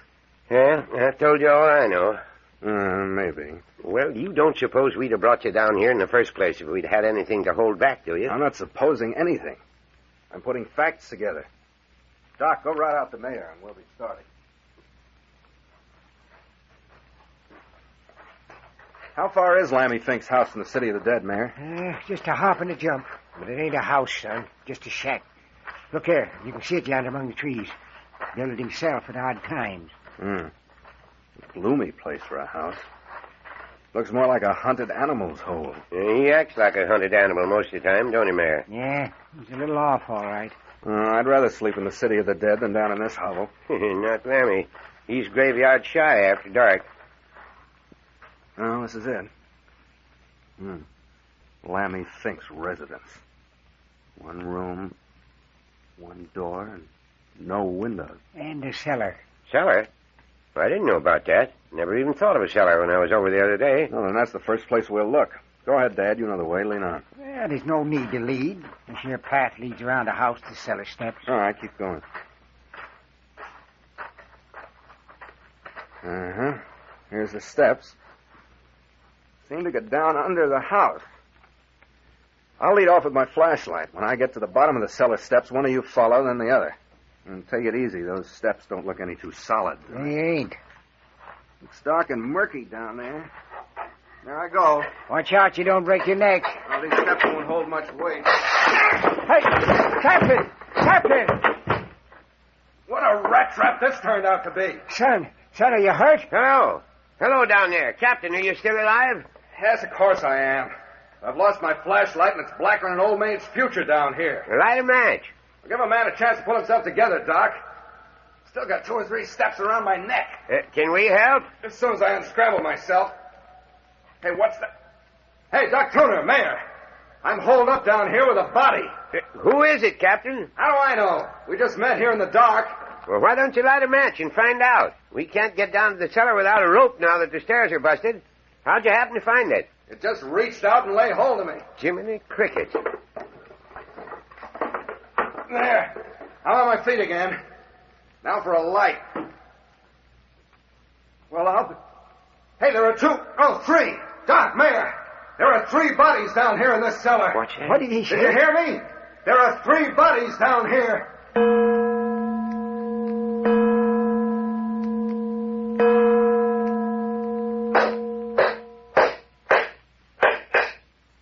There. That ladder will hold any of us. Now, Dr. Tuner, I want you and Dad to come on down into the cellar with me and examine those bodies. One of them is Lammy Fink, all right enough.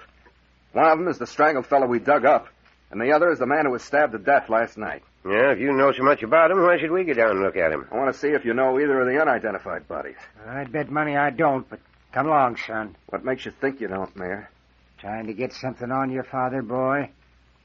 Never mind, come along. Careful on the ladder. There you are. Now, over this way. Look out for those boxes. All right, I'll hold the torch for you. There they are. 3 bodies laid out side by side. Yes. It says Lammy. Poor old feller. How do you suppose he died, son? I can't find a mark on him anywhere, Dad.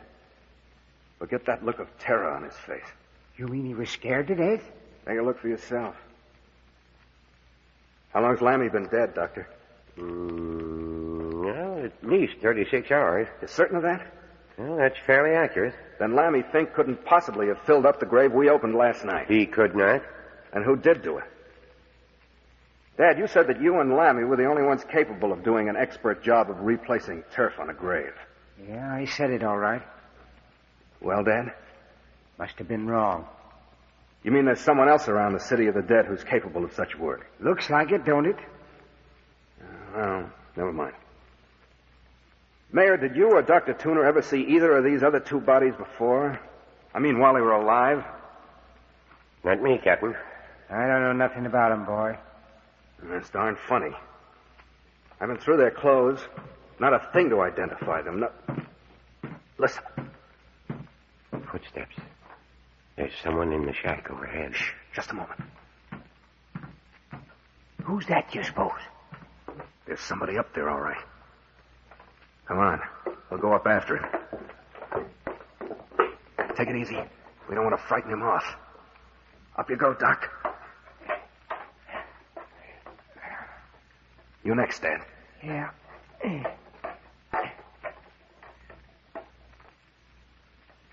Come on up, Captain. Everything's clear. Yep. There. Here, I'll pull the ladder up, and then no one's likely to bother the bodies while we're away. Captain, I smell smoke. That's it, smoke. I knew I smelled something. Look, the cabin's on fire. Quick, we gotta stop it. Come on around the house, quick, get water from the creek. Look there, holy mackerel, what a blaze. Hey, somebody set that fire. The house has been saturated with oil. Look at that black smoke. But where's the fellow we heard walking around? He's probably a mile away by this time. Of all the cockeyed, lunkheaded fools. Now we've lost those bodies. But couldn't we still get him out? That cellar was a furnace 30 seconds after that fire was set. There goes that can of kerosene I saw in the cellar. That ends that. But why in tarnation did anyone want to burn down Lammy's shack? Ask me a hard one, Doc. Somebody doesn't want us to know who's being murdered.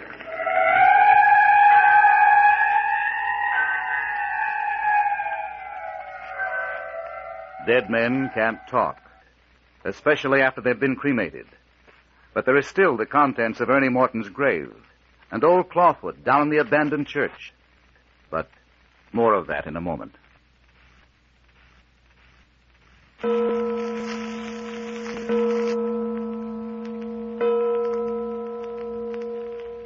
We've been dawdling, Captain Friday. It's almost 1 o'clock already, and we promised the mayor we'd meet him at the cottage at 2. Well, there's the old church just ahead. Yeah, gloomy as ever. You know, Doctor, this place has always given me the creeps. Even when I was a kid. The mayor never brought me here unless it was to arrange for a funeral. Well, that's about all it was ever used for, as far as back as I can remember. Funerals and now and again a country wedding. This is the first time I've been near the place since it was abandoned. But I remember the day they found the old bell ringer hanging by the neck in the study. Well, I always did think the place was infested with... With what? With something ghoulish. That's a nice thought. And our visit night before last only went to confirm my opinion. You mean the claw-footed man? Oh, he was only the climax of the whole business. I tell you, the place absolutely reeks of something unhealthy. Oh, that's probably the bats. There are plenty of them here. Well, shall we go in? From the slant of that roof, I'd say the whole place would be tumbling in another year. Careful. The mayor went through the floor the other night. Gloomy as the inside of a grave in here. There. Don't you feel it? Feel what, Doc? The moment I stepped in here out of the sunshine, I felt something come over me like a slimy, wet cloak. Don't you get it, Captain? You give yourself the creeps if you keep that up. All I get is an unpleasant smell of mustiness and decay. The place is rotten to the foundation. Yeah, there's something more than a physical rottenness here, Captain. I smell something else. Yeah? I tell you, I do. Well, shall we go back and have a look at the old study? That's where the mayor was shot, wasn't it? That's right. That's where we ran into the claw-footed man or beast or whatever he is. Did you leave the doors shut when you carried the mayor out the other night? I did not. I was too scared. I just picked up the mayor and dashed through. The door was still open. Well, it's shut now. Oh, by jingo, that's right. Do you suppose that thing's in there now? I got my gun handy to pot him if he is. You better not stand in front of the door. You'll know what happened to me last night. You stand at the side of the door. I'm going to block the way. Don't be a fool, son. You're liable to get hurt. Not while I've got this little plaything in my hand. Yeah, I warned you. You ready? Go on, open the door and get it over with.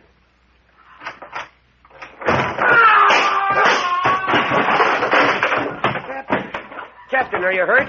What in the Sam Hill kind of a thing is that? I'm a bald-headed liar if that jack-in-the-box didn't kick me in the face. Are you hurt, Captain? Are you all right? Here, let me help you up. Of course I'm all right. Why shouldn't I be all right?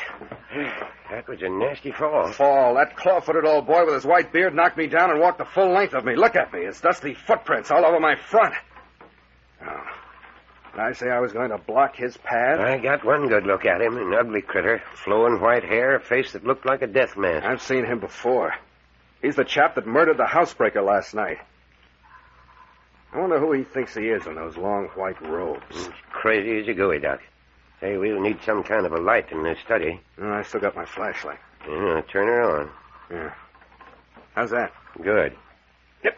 Great jumping gee horsefat. Captain, look there on the floor behind you. A skeleton. Human bones. All laid out in order. Laid out is right. Looks like old Clawfoot was in here reconstructing a skeleton. Where do you think they came from? The bones? Probably out of one of the graves in the city of the dead. Nice person, old Clawfoot. I don't care for the company he keeps. He's crazier than I thought. Imagine a guy shutting himself up in a dark room to play with a human skeleton. Looks like we're going to have to do some close inspection on the mayor's graves out yonder. This seems to indicate that grave robbing has sort of become a practice down here. I told you something unhealthy was going on in this place. Yeah. Old Clawfoot never lacked for company. Whenever he got lonesome or downhearted, he just up and digs himself a skeleton to amuse him. Here, Captain, where do you suppose this old fool lives? Offhand, I'd say he'd been making this his headquarters. There's no sign of a place to sleep here, and there's no food. Oh, that's something we'll have to look into. Oh, now, Doc, where's this bell rope the mayor was pulling on the night he was shot? Right there, Brett. Oh, it's gone. Gone? Where was it? Well, it hung right down there where you're standing. Mm-hmm. Look at the ceiling. No hole in the ceiling for it to come through. Well, there was a rope. What's more, he just pulled it and he was shot. And you're certain the door was shut at the time? It certainly was. Anyway, the shot came from across the room. No window. Are you certain there was no one else in the room with you, too? Well, of course there wasn't. Where'd the shot come from, then? The same place the bell rope's gone to. What in Tunket does he do that for, going around making noises like a sick cat? Well, we'd seen the last of him today. Shall we try to grab him? Don't you think we'd better finish looking over these ruins? What more is there to see? Well, you haven't been up in the belfry yet. What, climb that rotten ladder? Not me, Doc. Well, the mayor and I did it, and in the dark, too. Well, that was your own funeral. You can see with half an eye that you two are the only ones who've been up there in the last 10 years. Look at the dust and dirt and the cobwebs. Come on, we spent an hour in here. That's enough. I want to get my hands on that fella. Come on, it's 1 o'clock. We told the mayor we'd be back by 2. All right, anything's better in this place. Well, come on out in the sunshine and get it out of your system. Oh, where is our sunshine? Fog, if that ain't the luck. First afternoon fog we've had this season. That puts an end to hunting old Clawfoot. Yeah, miserable stuff, fog. Gets in your nostrils, wets your clothes, hides murders. Come on out of it, Doc.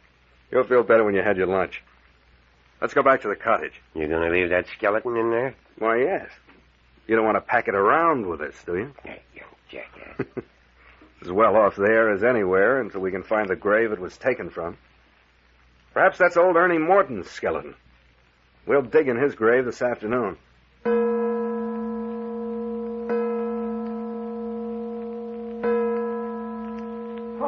Oh, there you are. There you are. Oh, thank goodness you've come at last. Captain, come in the house quick. Come in here. What is it, Dad? Mayor, you're as white as a ghost. Well, if I'd have had a gun handy, I'd have shot that fellow where he stood. Shot who? What are you talking about? Come on in. Hurry up. You too, Doc. You'll have to tend to the girl. Girl? You mean Miss Carroll? Here, shut the door, Doc. That Parker fella stabbed the girl. He killed her, too, if I hadn't arrived just when I did. Stabbed Phyllis Carroll? So he did. Wait a minute, Dad. Did you see him stab her? Just as I come in the house, I heard her scream. I rushed in and unlocked the door. And there she was, lying on her face on the floor. Parker was standing over her with this bloody knife in his hand. Where is the girl? In her room. Go on in and see what you can do for her, Doc. She's unconscious. Go ahead, Doc. Tell me how she is as soon as you can. All right. Now then, Dad, where's Parker? He's locked in this closet. The bars on the window to his room's cut. I wasn't taking any chance of losing him. Well, let him out.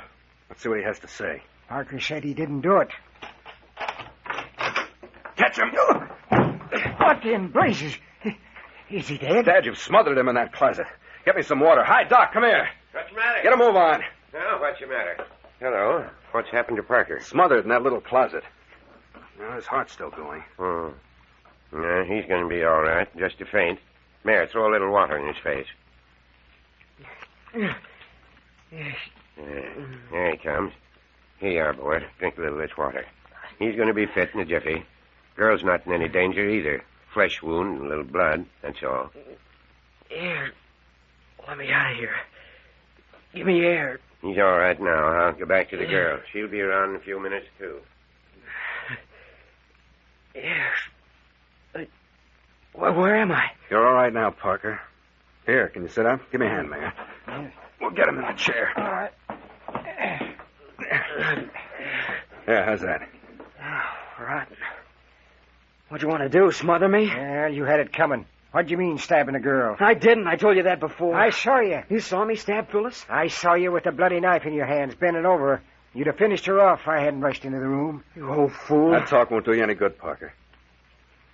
Now, what's your version of this affair? Well, Phyllis and I had been talking for about an hour. Talking about what? Whether we should tell you all we know. Did you decide to talk? No. Did you quarrel? Well, she turned her back on me and called me pig-headed. She was insistent on talking and you refused, huh? Yes, You know that what she could tell might get you in serious trouble, is that right? I suppose so. So you decided to stab her to death to prevent her talking? No, it isn't so. That's so. And what did happen? You won't believe me. You bet I won't. Hold it, will you, Dad? Well... Go on, Parker. Well, when she turned her back on me, I walked away. Went over to the dresser and put out my cigarette in the ashtray. Your back was to her. Yes. Suddenly she screamed. I turned just in time to see her fall with a knife in her back. Likely story. I told you wouldn't believe me. Go on. I haven't said I didn't believe you, Parker. Then what happened? I was so confused, I don't hardly know what I did. I guess I dashed over to Phyllis and bent over her. I don't remember pulling the knife out of her back, but I suppose I did. Because I know I had it in my hand wondering where it came from when Mayor Friday rushed in and grabbed it away from me. Wondered where it came from. Well, I didn't have any knife. How could I have done it? The knife might have been in the room. You recognize it, Dad? No. Parker could have smuggled it in with him. He's had every opportunity. Well, I didn't. How was the girl standing? Facing the door. I would have put her back to the window, wouldn't I? Yes. And if you were at the bureau, you couldn't have seen a window, I don't suppose. No. With the shade and window raised? Well, the shade was. I don't know about the window. Hey, Doc. Huh? Is the window up in there? Yeah, clear up. Well, there's a possible out for you, Parker. A good knife thrower could have sent a knife through the bars of the window without any trouble. You think that's what happened? I'm not thinking anything. Merely say it's a possibility. Well, I didn't do it. Think I'd hurt the girl I'm engaged to? People will do strange things to save their own skins. So you're engaged to Miss Carroll. Well, practically. What does that mean? Well, we've kind of got an understanding. You asked her to marry you? No. How does I... In other words, you said that about the engagement because you thought it would be a point in your favor. Look, Parker, you better stick to facts or you're going to get yourself in one fine mess. Well, I intend to ask her. I don't know whether you do or not. Hi, Captain. Come in here. The girl's coming, too. Come in and give me a hand. Come on, Parker. Come on in here, Captain. Help me with her. I've got her all bandaged. Oh, no. Ain't you ashamed of yourself, Parker? You let me alone. Keep still, both of you. There. You mustn't cry. Just lie perfectly still. Oh, Phyllis, are you all right? Jimmy. Yes, Phyllis, I'm here. Oh, Jimmy, why did you stab me? Why did you do it?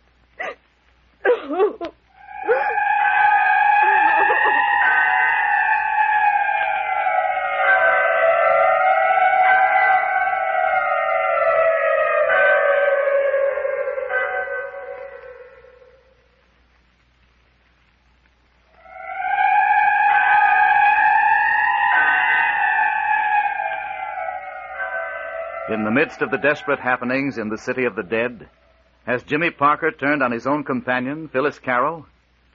And what about the phantom claw-footed killer and the desecrated graves? Who is disturbing the dead? And what do they expect to find, save moldering bones? Listen next week to the 5th episode of Carlton E. Morse's City of the Dead, entitled The Skeleton Walks In.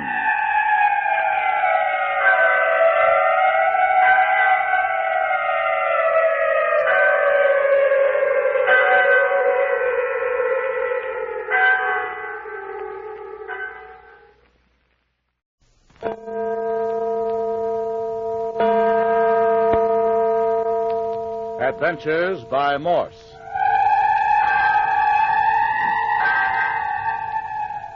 Carlton E. Morse presents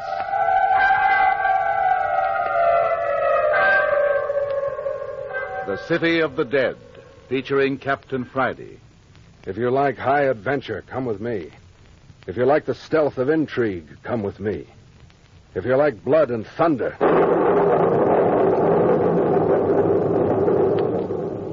come with me.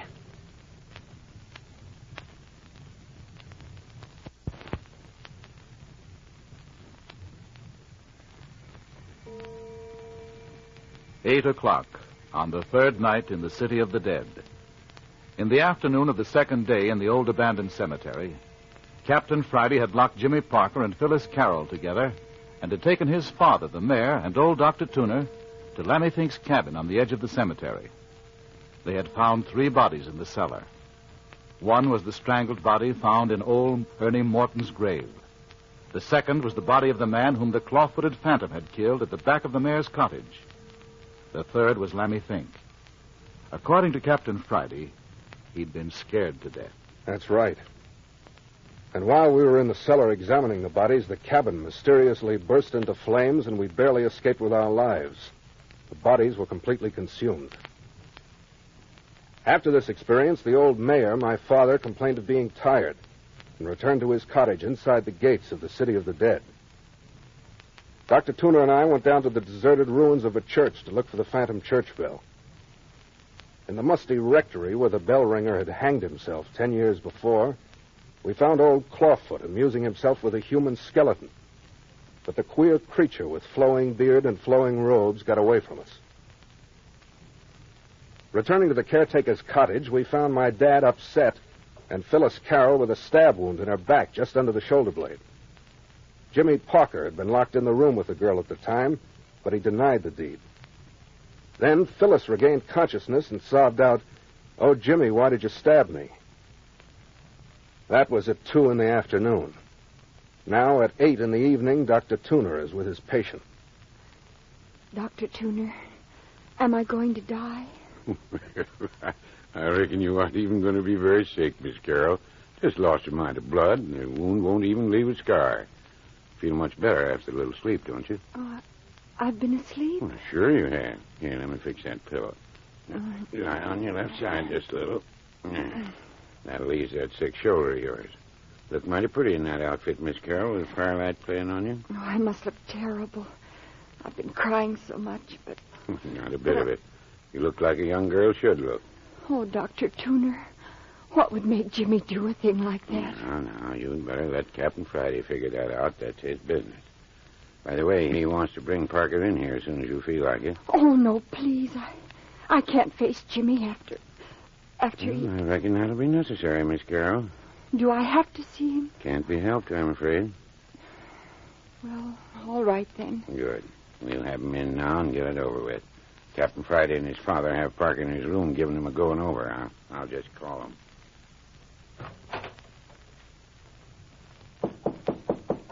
Hi there, Captain. That's you, Doctor? Miss Carroll's ready to see you next door. Good. Come on out, fella. Come on, Mayor. I'd rather not see Phyllis tonight. You know, what you want hasn't got anything to do with it. Go on in there and sit down. Okay. Have it your way, then. No. I want you facing the girl. Sit in that straight chair. Yeah, if I'd have known he's going to be all this rumpus, I'd have said take him to city and lock him up from the first. Never mind, Mayor. We'll get things straightened out for you in the city of the dead. I know the reason why. Aren't you ashamed of yourself, Parker? No, I'm not. I suppose you only regret that you didn't kill Miss Carroll outright, huh? Oh, Jimmy. You look here. I didn't stab Phyllis. How many times do I have to tell you? Miss Carroll says you did. Well, I didn't. You said he did, didn't you, Miss Carroll? Yes. You see, Parker? I'd like to hear her tell how I did it. I haven't any objection to that.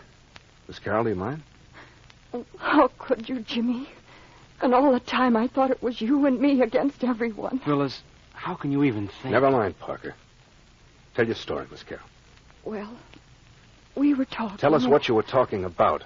I wanted to tell you everything we know about all this. I wanted to take a chance that you would help us out of a bad situation. Jimmy said no. He said that we... Go on. He said the circumstantial evidence was too strong against us. That we might... You might what? We might be found guilty of murder by our own words. Oh, see. And you wanted to take a chance and tell anyway. Yes. I thought if we told everything now, we'd have a better chance than if we waited for you to find out for yourself. Good deduction, Miss Carroll. Well, then what happened? Well, we talked, and then I got angry. I turned my back and walked toward the door. Then, Miss Carroll? And then Jimmy stabbed me, and I fainted. No, Phyllis, no, I didn't. But it must have been you, Jimmy. We were locked in the room alone. It had Just to a minute. Miss Carroll, is that your only reason for believing Parker stabbed you? Why, yes. Did you see a knife in the room previous to the attack? No. Did you see Parker walk toward you or know that he was approaching you before the blow was struck? No. Did he say anything just before you fainted? Why, no. Of course not. Then all you know is that you were stabbed while locked in the room with Parker, and for that reason you suppose it was he that had done it. Well, but how could it have been anyone else? Didn't you ever hear of a knife thrower, Miss Carroll? You mean somebody threw a knife at me from the window? Why not? It wouldn't have been the first knife tossed through a window. Oh, then it wasn't, Jimmy. Then you didn't. Oh, Jimmy, I'm so ashamed. Phil, I didn't do it. Honestly, I didn't. Why, of course not. I know you didn't. Oh, Jimmy, can you ever forgive me? Of course, Phil. It's all right. Here, take my handkerchief. Oh, I've been such a fool. Forget it. But I've been so miserable. Oh, Jimmy, I felt so bad I could die. It made me sick, Phil, when I found out you thought I'd done it. I just couldn't believe it. Oh, I didn't want to think it, Jimmy, but well, I didn't see any other way out. All right, now, Parker, come on back to your chair. Your hands aren't clean in this business yet. Oh, of course he's innocent. It's silly even to think of it anymore. Silly, huh? Well, then listen to what the mayor has to say on the subject. Go ahead, Dad. Don't want to be dragged on murder trials. Come on, Dad. Now, don't get temperamental. Don't sass me, young fella. Don't care if you are a detective. You was my son first. Look, Mayor, do you want this business cleaned up or don't you? Well, I was coming up on the porch after returning from Lammy Fink's cabin, where I left you folks. Yes? Heard a scream. Girl's voice? Naturally. Seeing how it was Miss Carroll. All right, then what? Well, I ran into the house and unlocked the door where them two youngsters been locked up. Yes? And there was this fella, Parker, standing over the girl with both his hands bloody, and he was holding a knife. Well, what of it? Naturally, my hands would be bloody from pulling the knife out of Phyllis's shoulder, wouldn't they? That sounds pretty thin. Why wasn't you doing something for the girl instead of just standing over her with the knife in your hand? Well, I was so stunned by what had happened, I didn't know what I was doing. Looks mighty funny to me. Well, I can tell you some other things that look mighty funny, too. Why did you lock Phyllis and me up the first night? Where were you last night when old Clawfoot was roaming around? Why did Dr. Tuna here say you didn't have a telephone the first night we came? There's plenty for you fellas to explain, too, if you ask me. Captain, take that kid out of here. Take him out. Now, Dad. Take him away, I say. Lock him up down at the city. Do anything you got a mind to, but get him out of my house. You all-fired presumption of kids in this day and age, Now, look here, Mayor. You haven't any call to be belligerent. You've been picking on him all evening. Picking on him? Picking on him? He's guilty, ain't he? I'm not so certain myself, Mayor. Well, I am.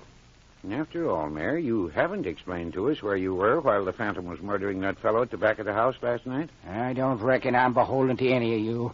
I'm mayor of the city of the dead, and if I take it on myself to go down into the city among my citizens, it ain't anybody's business but my own. Of course not, Dad. Now, let's just forget all this quarreling and see if we can't untangle some of these threads. Well, I'm agreeable, Captain. In the 2 days I've been here, one thing stands out. There's some force at work in the city of the dead. What you mean, force? Some group or groups of people acting in their own interests down among the graves. And I'd just like to lay my hands on them. Yeah. Well, there are 3 possible places from which this force may originate. 3? Yes, Dr. Tuner, 3. First, there's this Clawfoot Phantom of ours. You know he's a murderer. Didn't we see him kill the fellow at my window? He killed him, all right. What we don't know, however, is whether or not he's the force working against us. If he is against us, why did he attack the man who was trying to break in and disturb us? By Jasper, Captain, you mean Clawfoot's working with us and against the enemy? I don't know. Now then, the second source of this dangerous force may originate outside the city of the dead. Yes. That's it. It's an outside force that wants something here in the city of the dead and is willing to murder every one of us to get it. How do you know that, Parker? Why, I'm pretty sure of it. Why? Well, I don't know. I just think so. No, never mind now. That'll keep. Let's get back to the original question, the source of our danger. I've named 2, Clawfoot and an outside gang. I suppose I don't have to tell you the third source from which this force may be emanating. Well, I reckon you'd better. I don't follow you, Captain. Yes, go on, son. Quit your intimating and come out straight. I see you get what I mean anyway, Dad. All right, here it is. There's a fine chance that this malignant force we're fighting originates right in this little group. You mean someone here's a murderer? It's quite possible. Horse feathers. Why do you say that, Parker? Well, if you're trying to put the blame for all this business on Phyllis and me, you're out of luck, that's all. Why do you think I was accusing you? There are others in the room. Well, you wouldn't be likely to accuse your own father of the murder. No? And you've known Dr. Tuner all your life. Supposing I have. And that leaves only Phyllis and me. You can easily remove yourselves from the suspected group. How? Talk. How do you know it wouldn't put us in deeper than ever? Oh, Jimmy, no, it won't. Captain Friday will understand. We ought to tell. Honestly, we should. I don't think so. Don't be stubborn, Jimmy. Please let me tell. I don't like it. Please, Jimmy. Please. Can't keep a thing, can you? Jimmy, you know better than that. You know I'll never say a word until you give me permission. But it's the same as... Oh, go ahead and tell it. After all, it's your story. Jimmy, don't be angry. I've thought and thought about it, and any way I look at it, we'd be better off than we are now. You know what would happen to us if they found us guilty. But they couldn't do that. I know they couldn't. How do you know what a jury would do? Very well, Jimmy, if that's how you feel. Oh, go ahead and tell the whole thing. Maybe I'm all wet. Doesn't make much difference anyway. They're bound to find out if they keep looking. That's right, Miss Carroll. We're bound to find out. Oh, I don't know what to say now. Supposing I get us into a lot of trouble. Well, go ahead, Phil. Anyway, we're in up to our neck as it is. Well, please, could I have a glass of water first? Yeah, of course you can. Shoulder hurting you? Not too much. Just a numb ache. All right, here. Here's a glass.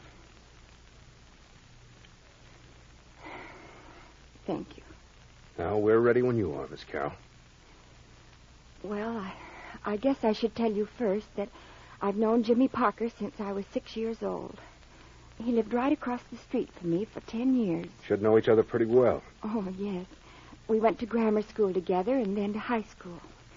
In his senior year, his folks moved back east and Jimmy went with them. I didn't see him for a year then until he came back out here to attend the University of California. That explains how he happens to be living in a hotel. Yes. Well, now that you know about Jimmy and me, I guess I'd better go still further back. To my grandfather. My mother's folks. His name was Dr. Theodore Beverly. And he was... What? What did you say? Why, I said my grandfather was Dr. Theodore Beverly. Well, I swan. You hear that, Mayor? You mean Ted Beverly? Beverly that used to live on Van Ness Avenue before the San Francisco fire in 1906? Oh, yes. Yes. Do you know him, Mayor Friday? What are you doing down here in the city of the dead? Why, I said, what are you doing down here? Captain, these young'uns are up to no good. No good, do you hear me? Pack of thieves and cutthroats, that's what they are.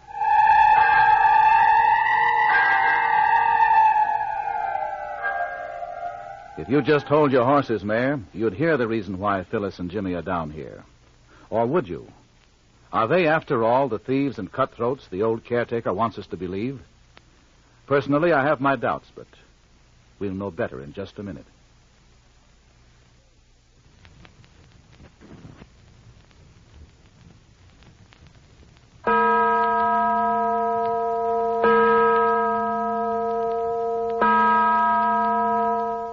Hold on, Dad. Give Miss Carroll a chance. I don't like it. I don't want her down here. I don't want her nor nobody else. Never mind that, Mayor. Now, go ahead, Miss Carroll. Well, before the 1906 fire and earthquake, my grandfather was a very wealthy man. He had a beautiful home on Van Ness Avenue with lawns and shrubbery and servants and, just everything, I guess. You're right there, Miss Carroll. I've seen your grandfather's place, and it did have everything. All this part is just hearsay to me, you know. It was all over before I was born.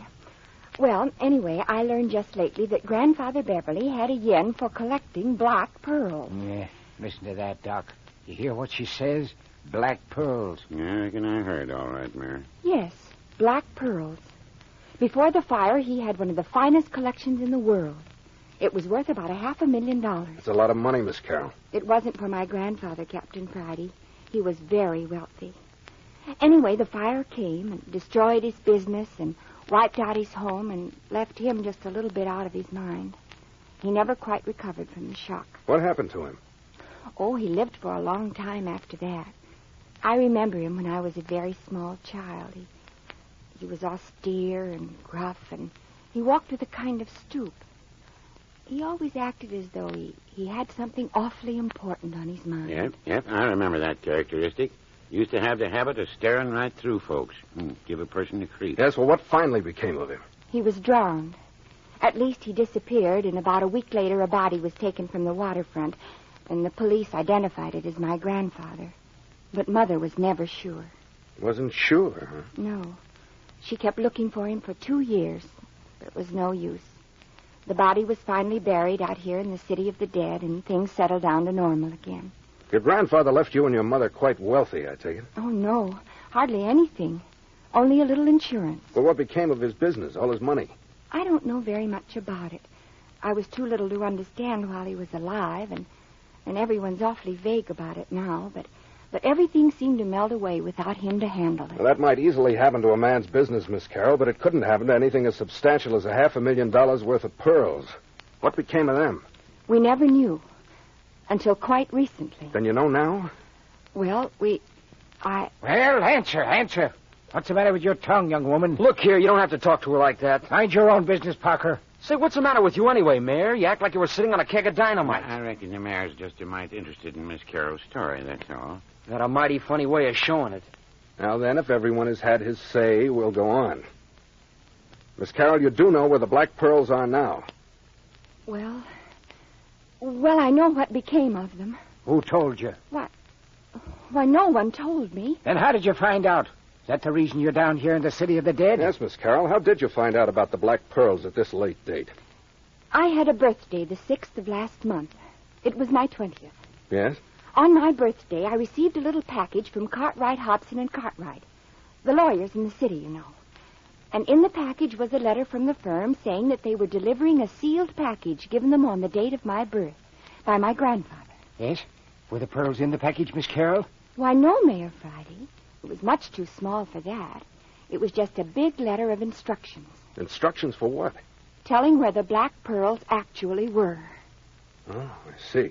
Oh, I was awfully excited. I called Jimmy at his hotel over in Berkeley and had him come over right away. Just how many persons did you let in on your secret? I didn't tell anyone but Jimmy. What about your mother? No, not even her. I wanted to keep it from her until I could be sure it was true. So Parker here was the only one you confided in? Yes. Well, what did your grandfather's letter say? It said that this letter was written to protect my future in case of my grandfather's death before I reached the age of 20. It said that my mother was his favorite relative and that he'd always intended that the collection of black pearls should go to her first child. That's you? Yes. I was the only child born to my mother. How many children were there in your grandfather's family? 3. 2 boys and my mother. Are they living? Well, Uncle Robert may be alive. He disappeared after Grandfather's death, and we haven't heard from him since.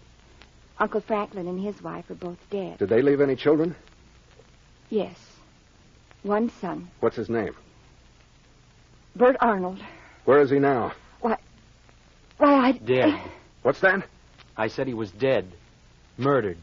It was his body you found strangled in old Morton's grave. Gosh, old hemlock, Mayor. And I can guess who did it. I'll do the talking, Dad. You mean the murdered man was this girl's cousin? The only known living relative that might dispute her ownership of the black pearls? That's what I said. No wonder you didn't want to tell. The 3 of you down here in the city of the dead alone at night. One of the 3 found strangled in an old grave. Another of you with fresh blisters on your hands. And the motive? $500,000 worth of black pearls. You see, Phyllis, it's just as I said. Try to make a detective see light with all that evidence against us. Oh, but Captain Friday, we didn't do it. We didn't. What could your cousin have wanted in the city of the dead? Well, I suppose he came for the same reason we did. And what was that? To find the black pearl. In the city of the dead? Yes. Where? Phil, don't tell him. That isn't necessary. I'll let that go for now. But look here, son. I think you ought to make him tell where those pearls are hidden. I thought so. I'll bet you've known about them all along. That's why you're so anxious to keep everyone out of the city of the dead. So you could hunt for them by yourselves, you and the doc. No, don't you go bringing me into your ruckus. I'm sitting on the sidelines. Captain, if you don't make that young'un stop accusing me of things, I'm going to lambaste him. Leave the mayor alone, Parker. Yeah, he started. Never mind. Now, Miss Carroll, did you bring Bert Arnold down here with you the night he was murdered? Why, I don't know what night he was murdered. Didn't catch you, did you, mister? No. Now, I'll put it this way. Did you bring him down to the city of the dead with you the night Parker's car was stolen? No. Did you know he was down here or that he was coming down? No. Honestly, we didn't. Now then, you say the black pearls are buried here in the city of the dead. Yes. Oh, no. That was a rotten thing to do. Let the pearls alone. They belong to Miss Carroll. Well. So the pearls are buried in one of the graves in the city of the dead. She didn't say that. She didn't need to. No wonder the city of the dead has come alive by night. I wonder how many people in the world know about this. Oh, probably a very few, Captain, or the whole city of the dead had been dug up and redug by now. $500,000 ain't to be sneezed at. Those pearls belong to Miss Carroll no matter who finds them. Reckon they belong to the one who has them. Well, Mayor Friday, if you aren't the lowest old codger... Quiet, Parker. Miss Carroll, that letter of instructions from the law firm, where is it? What? We burned it. That's a lie, Parker. Prove it. You'll be glad enough to bring it out when you go before a jury for murder. You don't think I killed Bert Arnold. You know you don't. And what's more, you don't think I stabbed Phyllis. You'd be surprised what I think. Do you know of anyone else who might have reason to stab her? There's somebody else mighty anxious not to have her tell what she knows about those pearls. Who? If I knew, there wouldn't be any mystery. By the way, Mayor Friday couldn't throw a knife, could he? He had the opportunity. Why, you young whippersnapper. Hold it, Dad.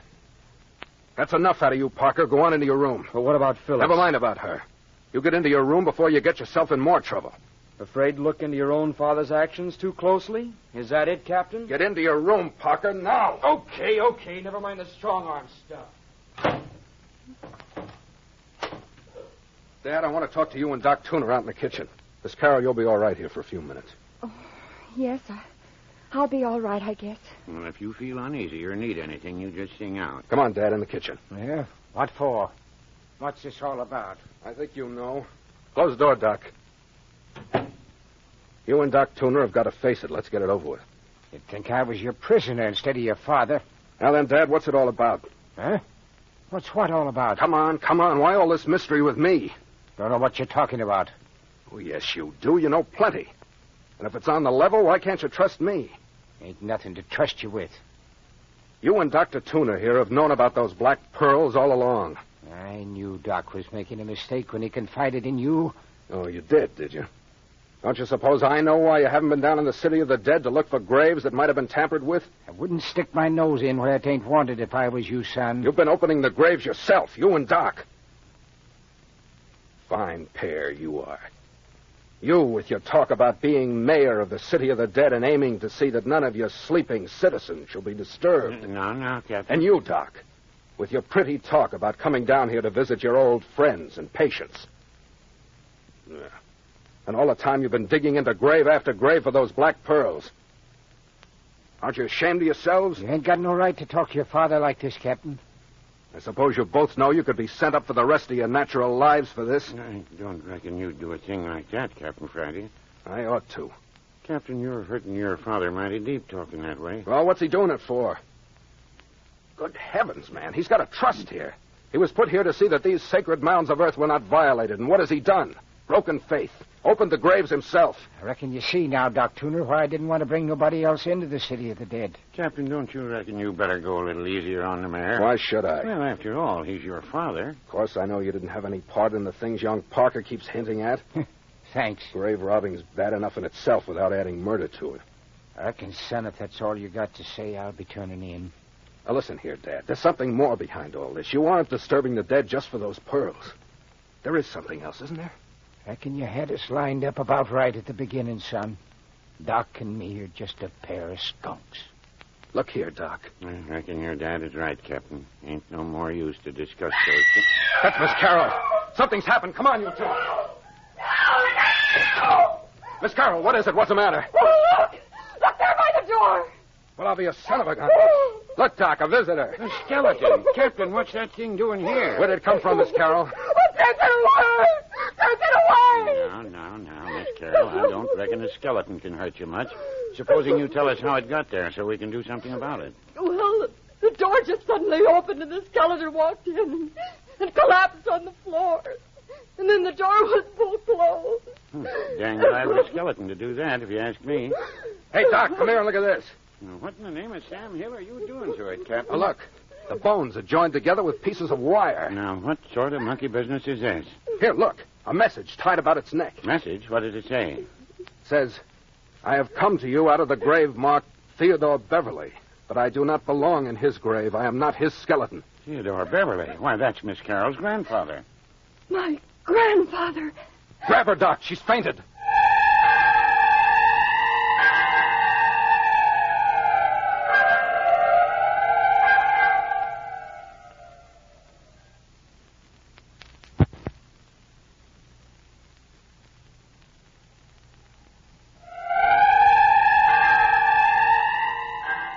And now the very skeletons in the city of the dead are coming up out of their graves to identify themselves. But what does the message mean? I am out of the grave marked Theodore Beverly, but I am not his skeleton. And what has all this to do with the phantom church bell and old Clawfoot? Many of these things will be revealed to you next week when you hear Episode 6 of Carlton E. Morse's City of the Dead, entitled The Ghoul in the Grave.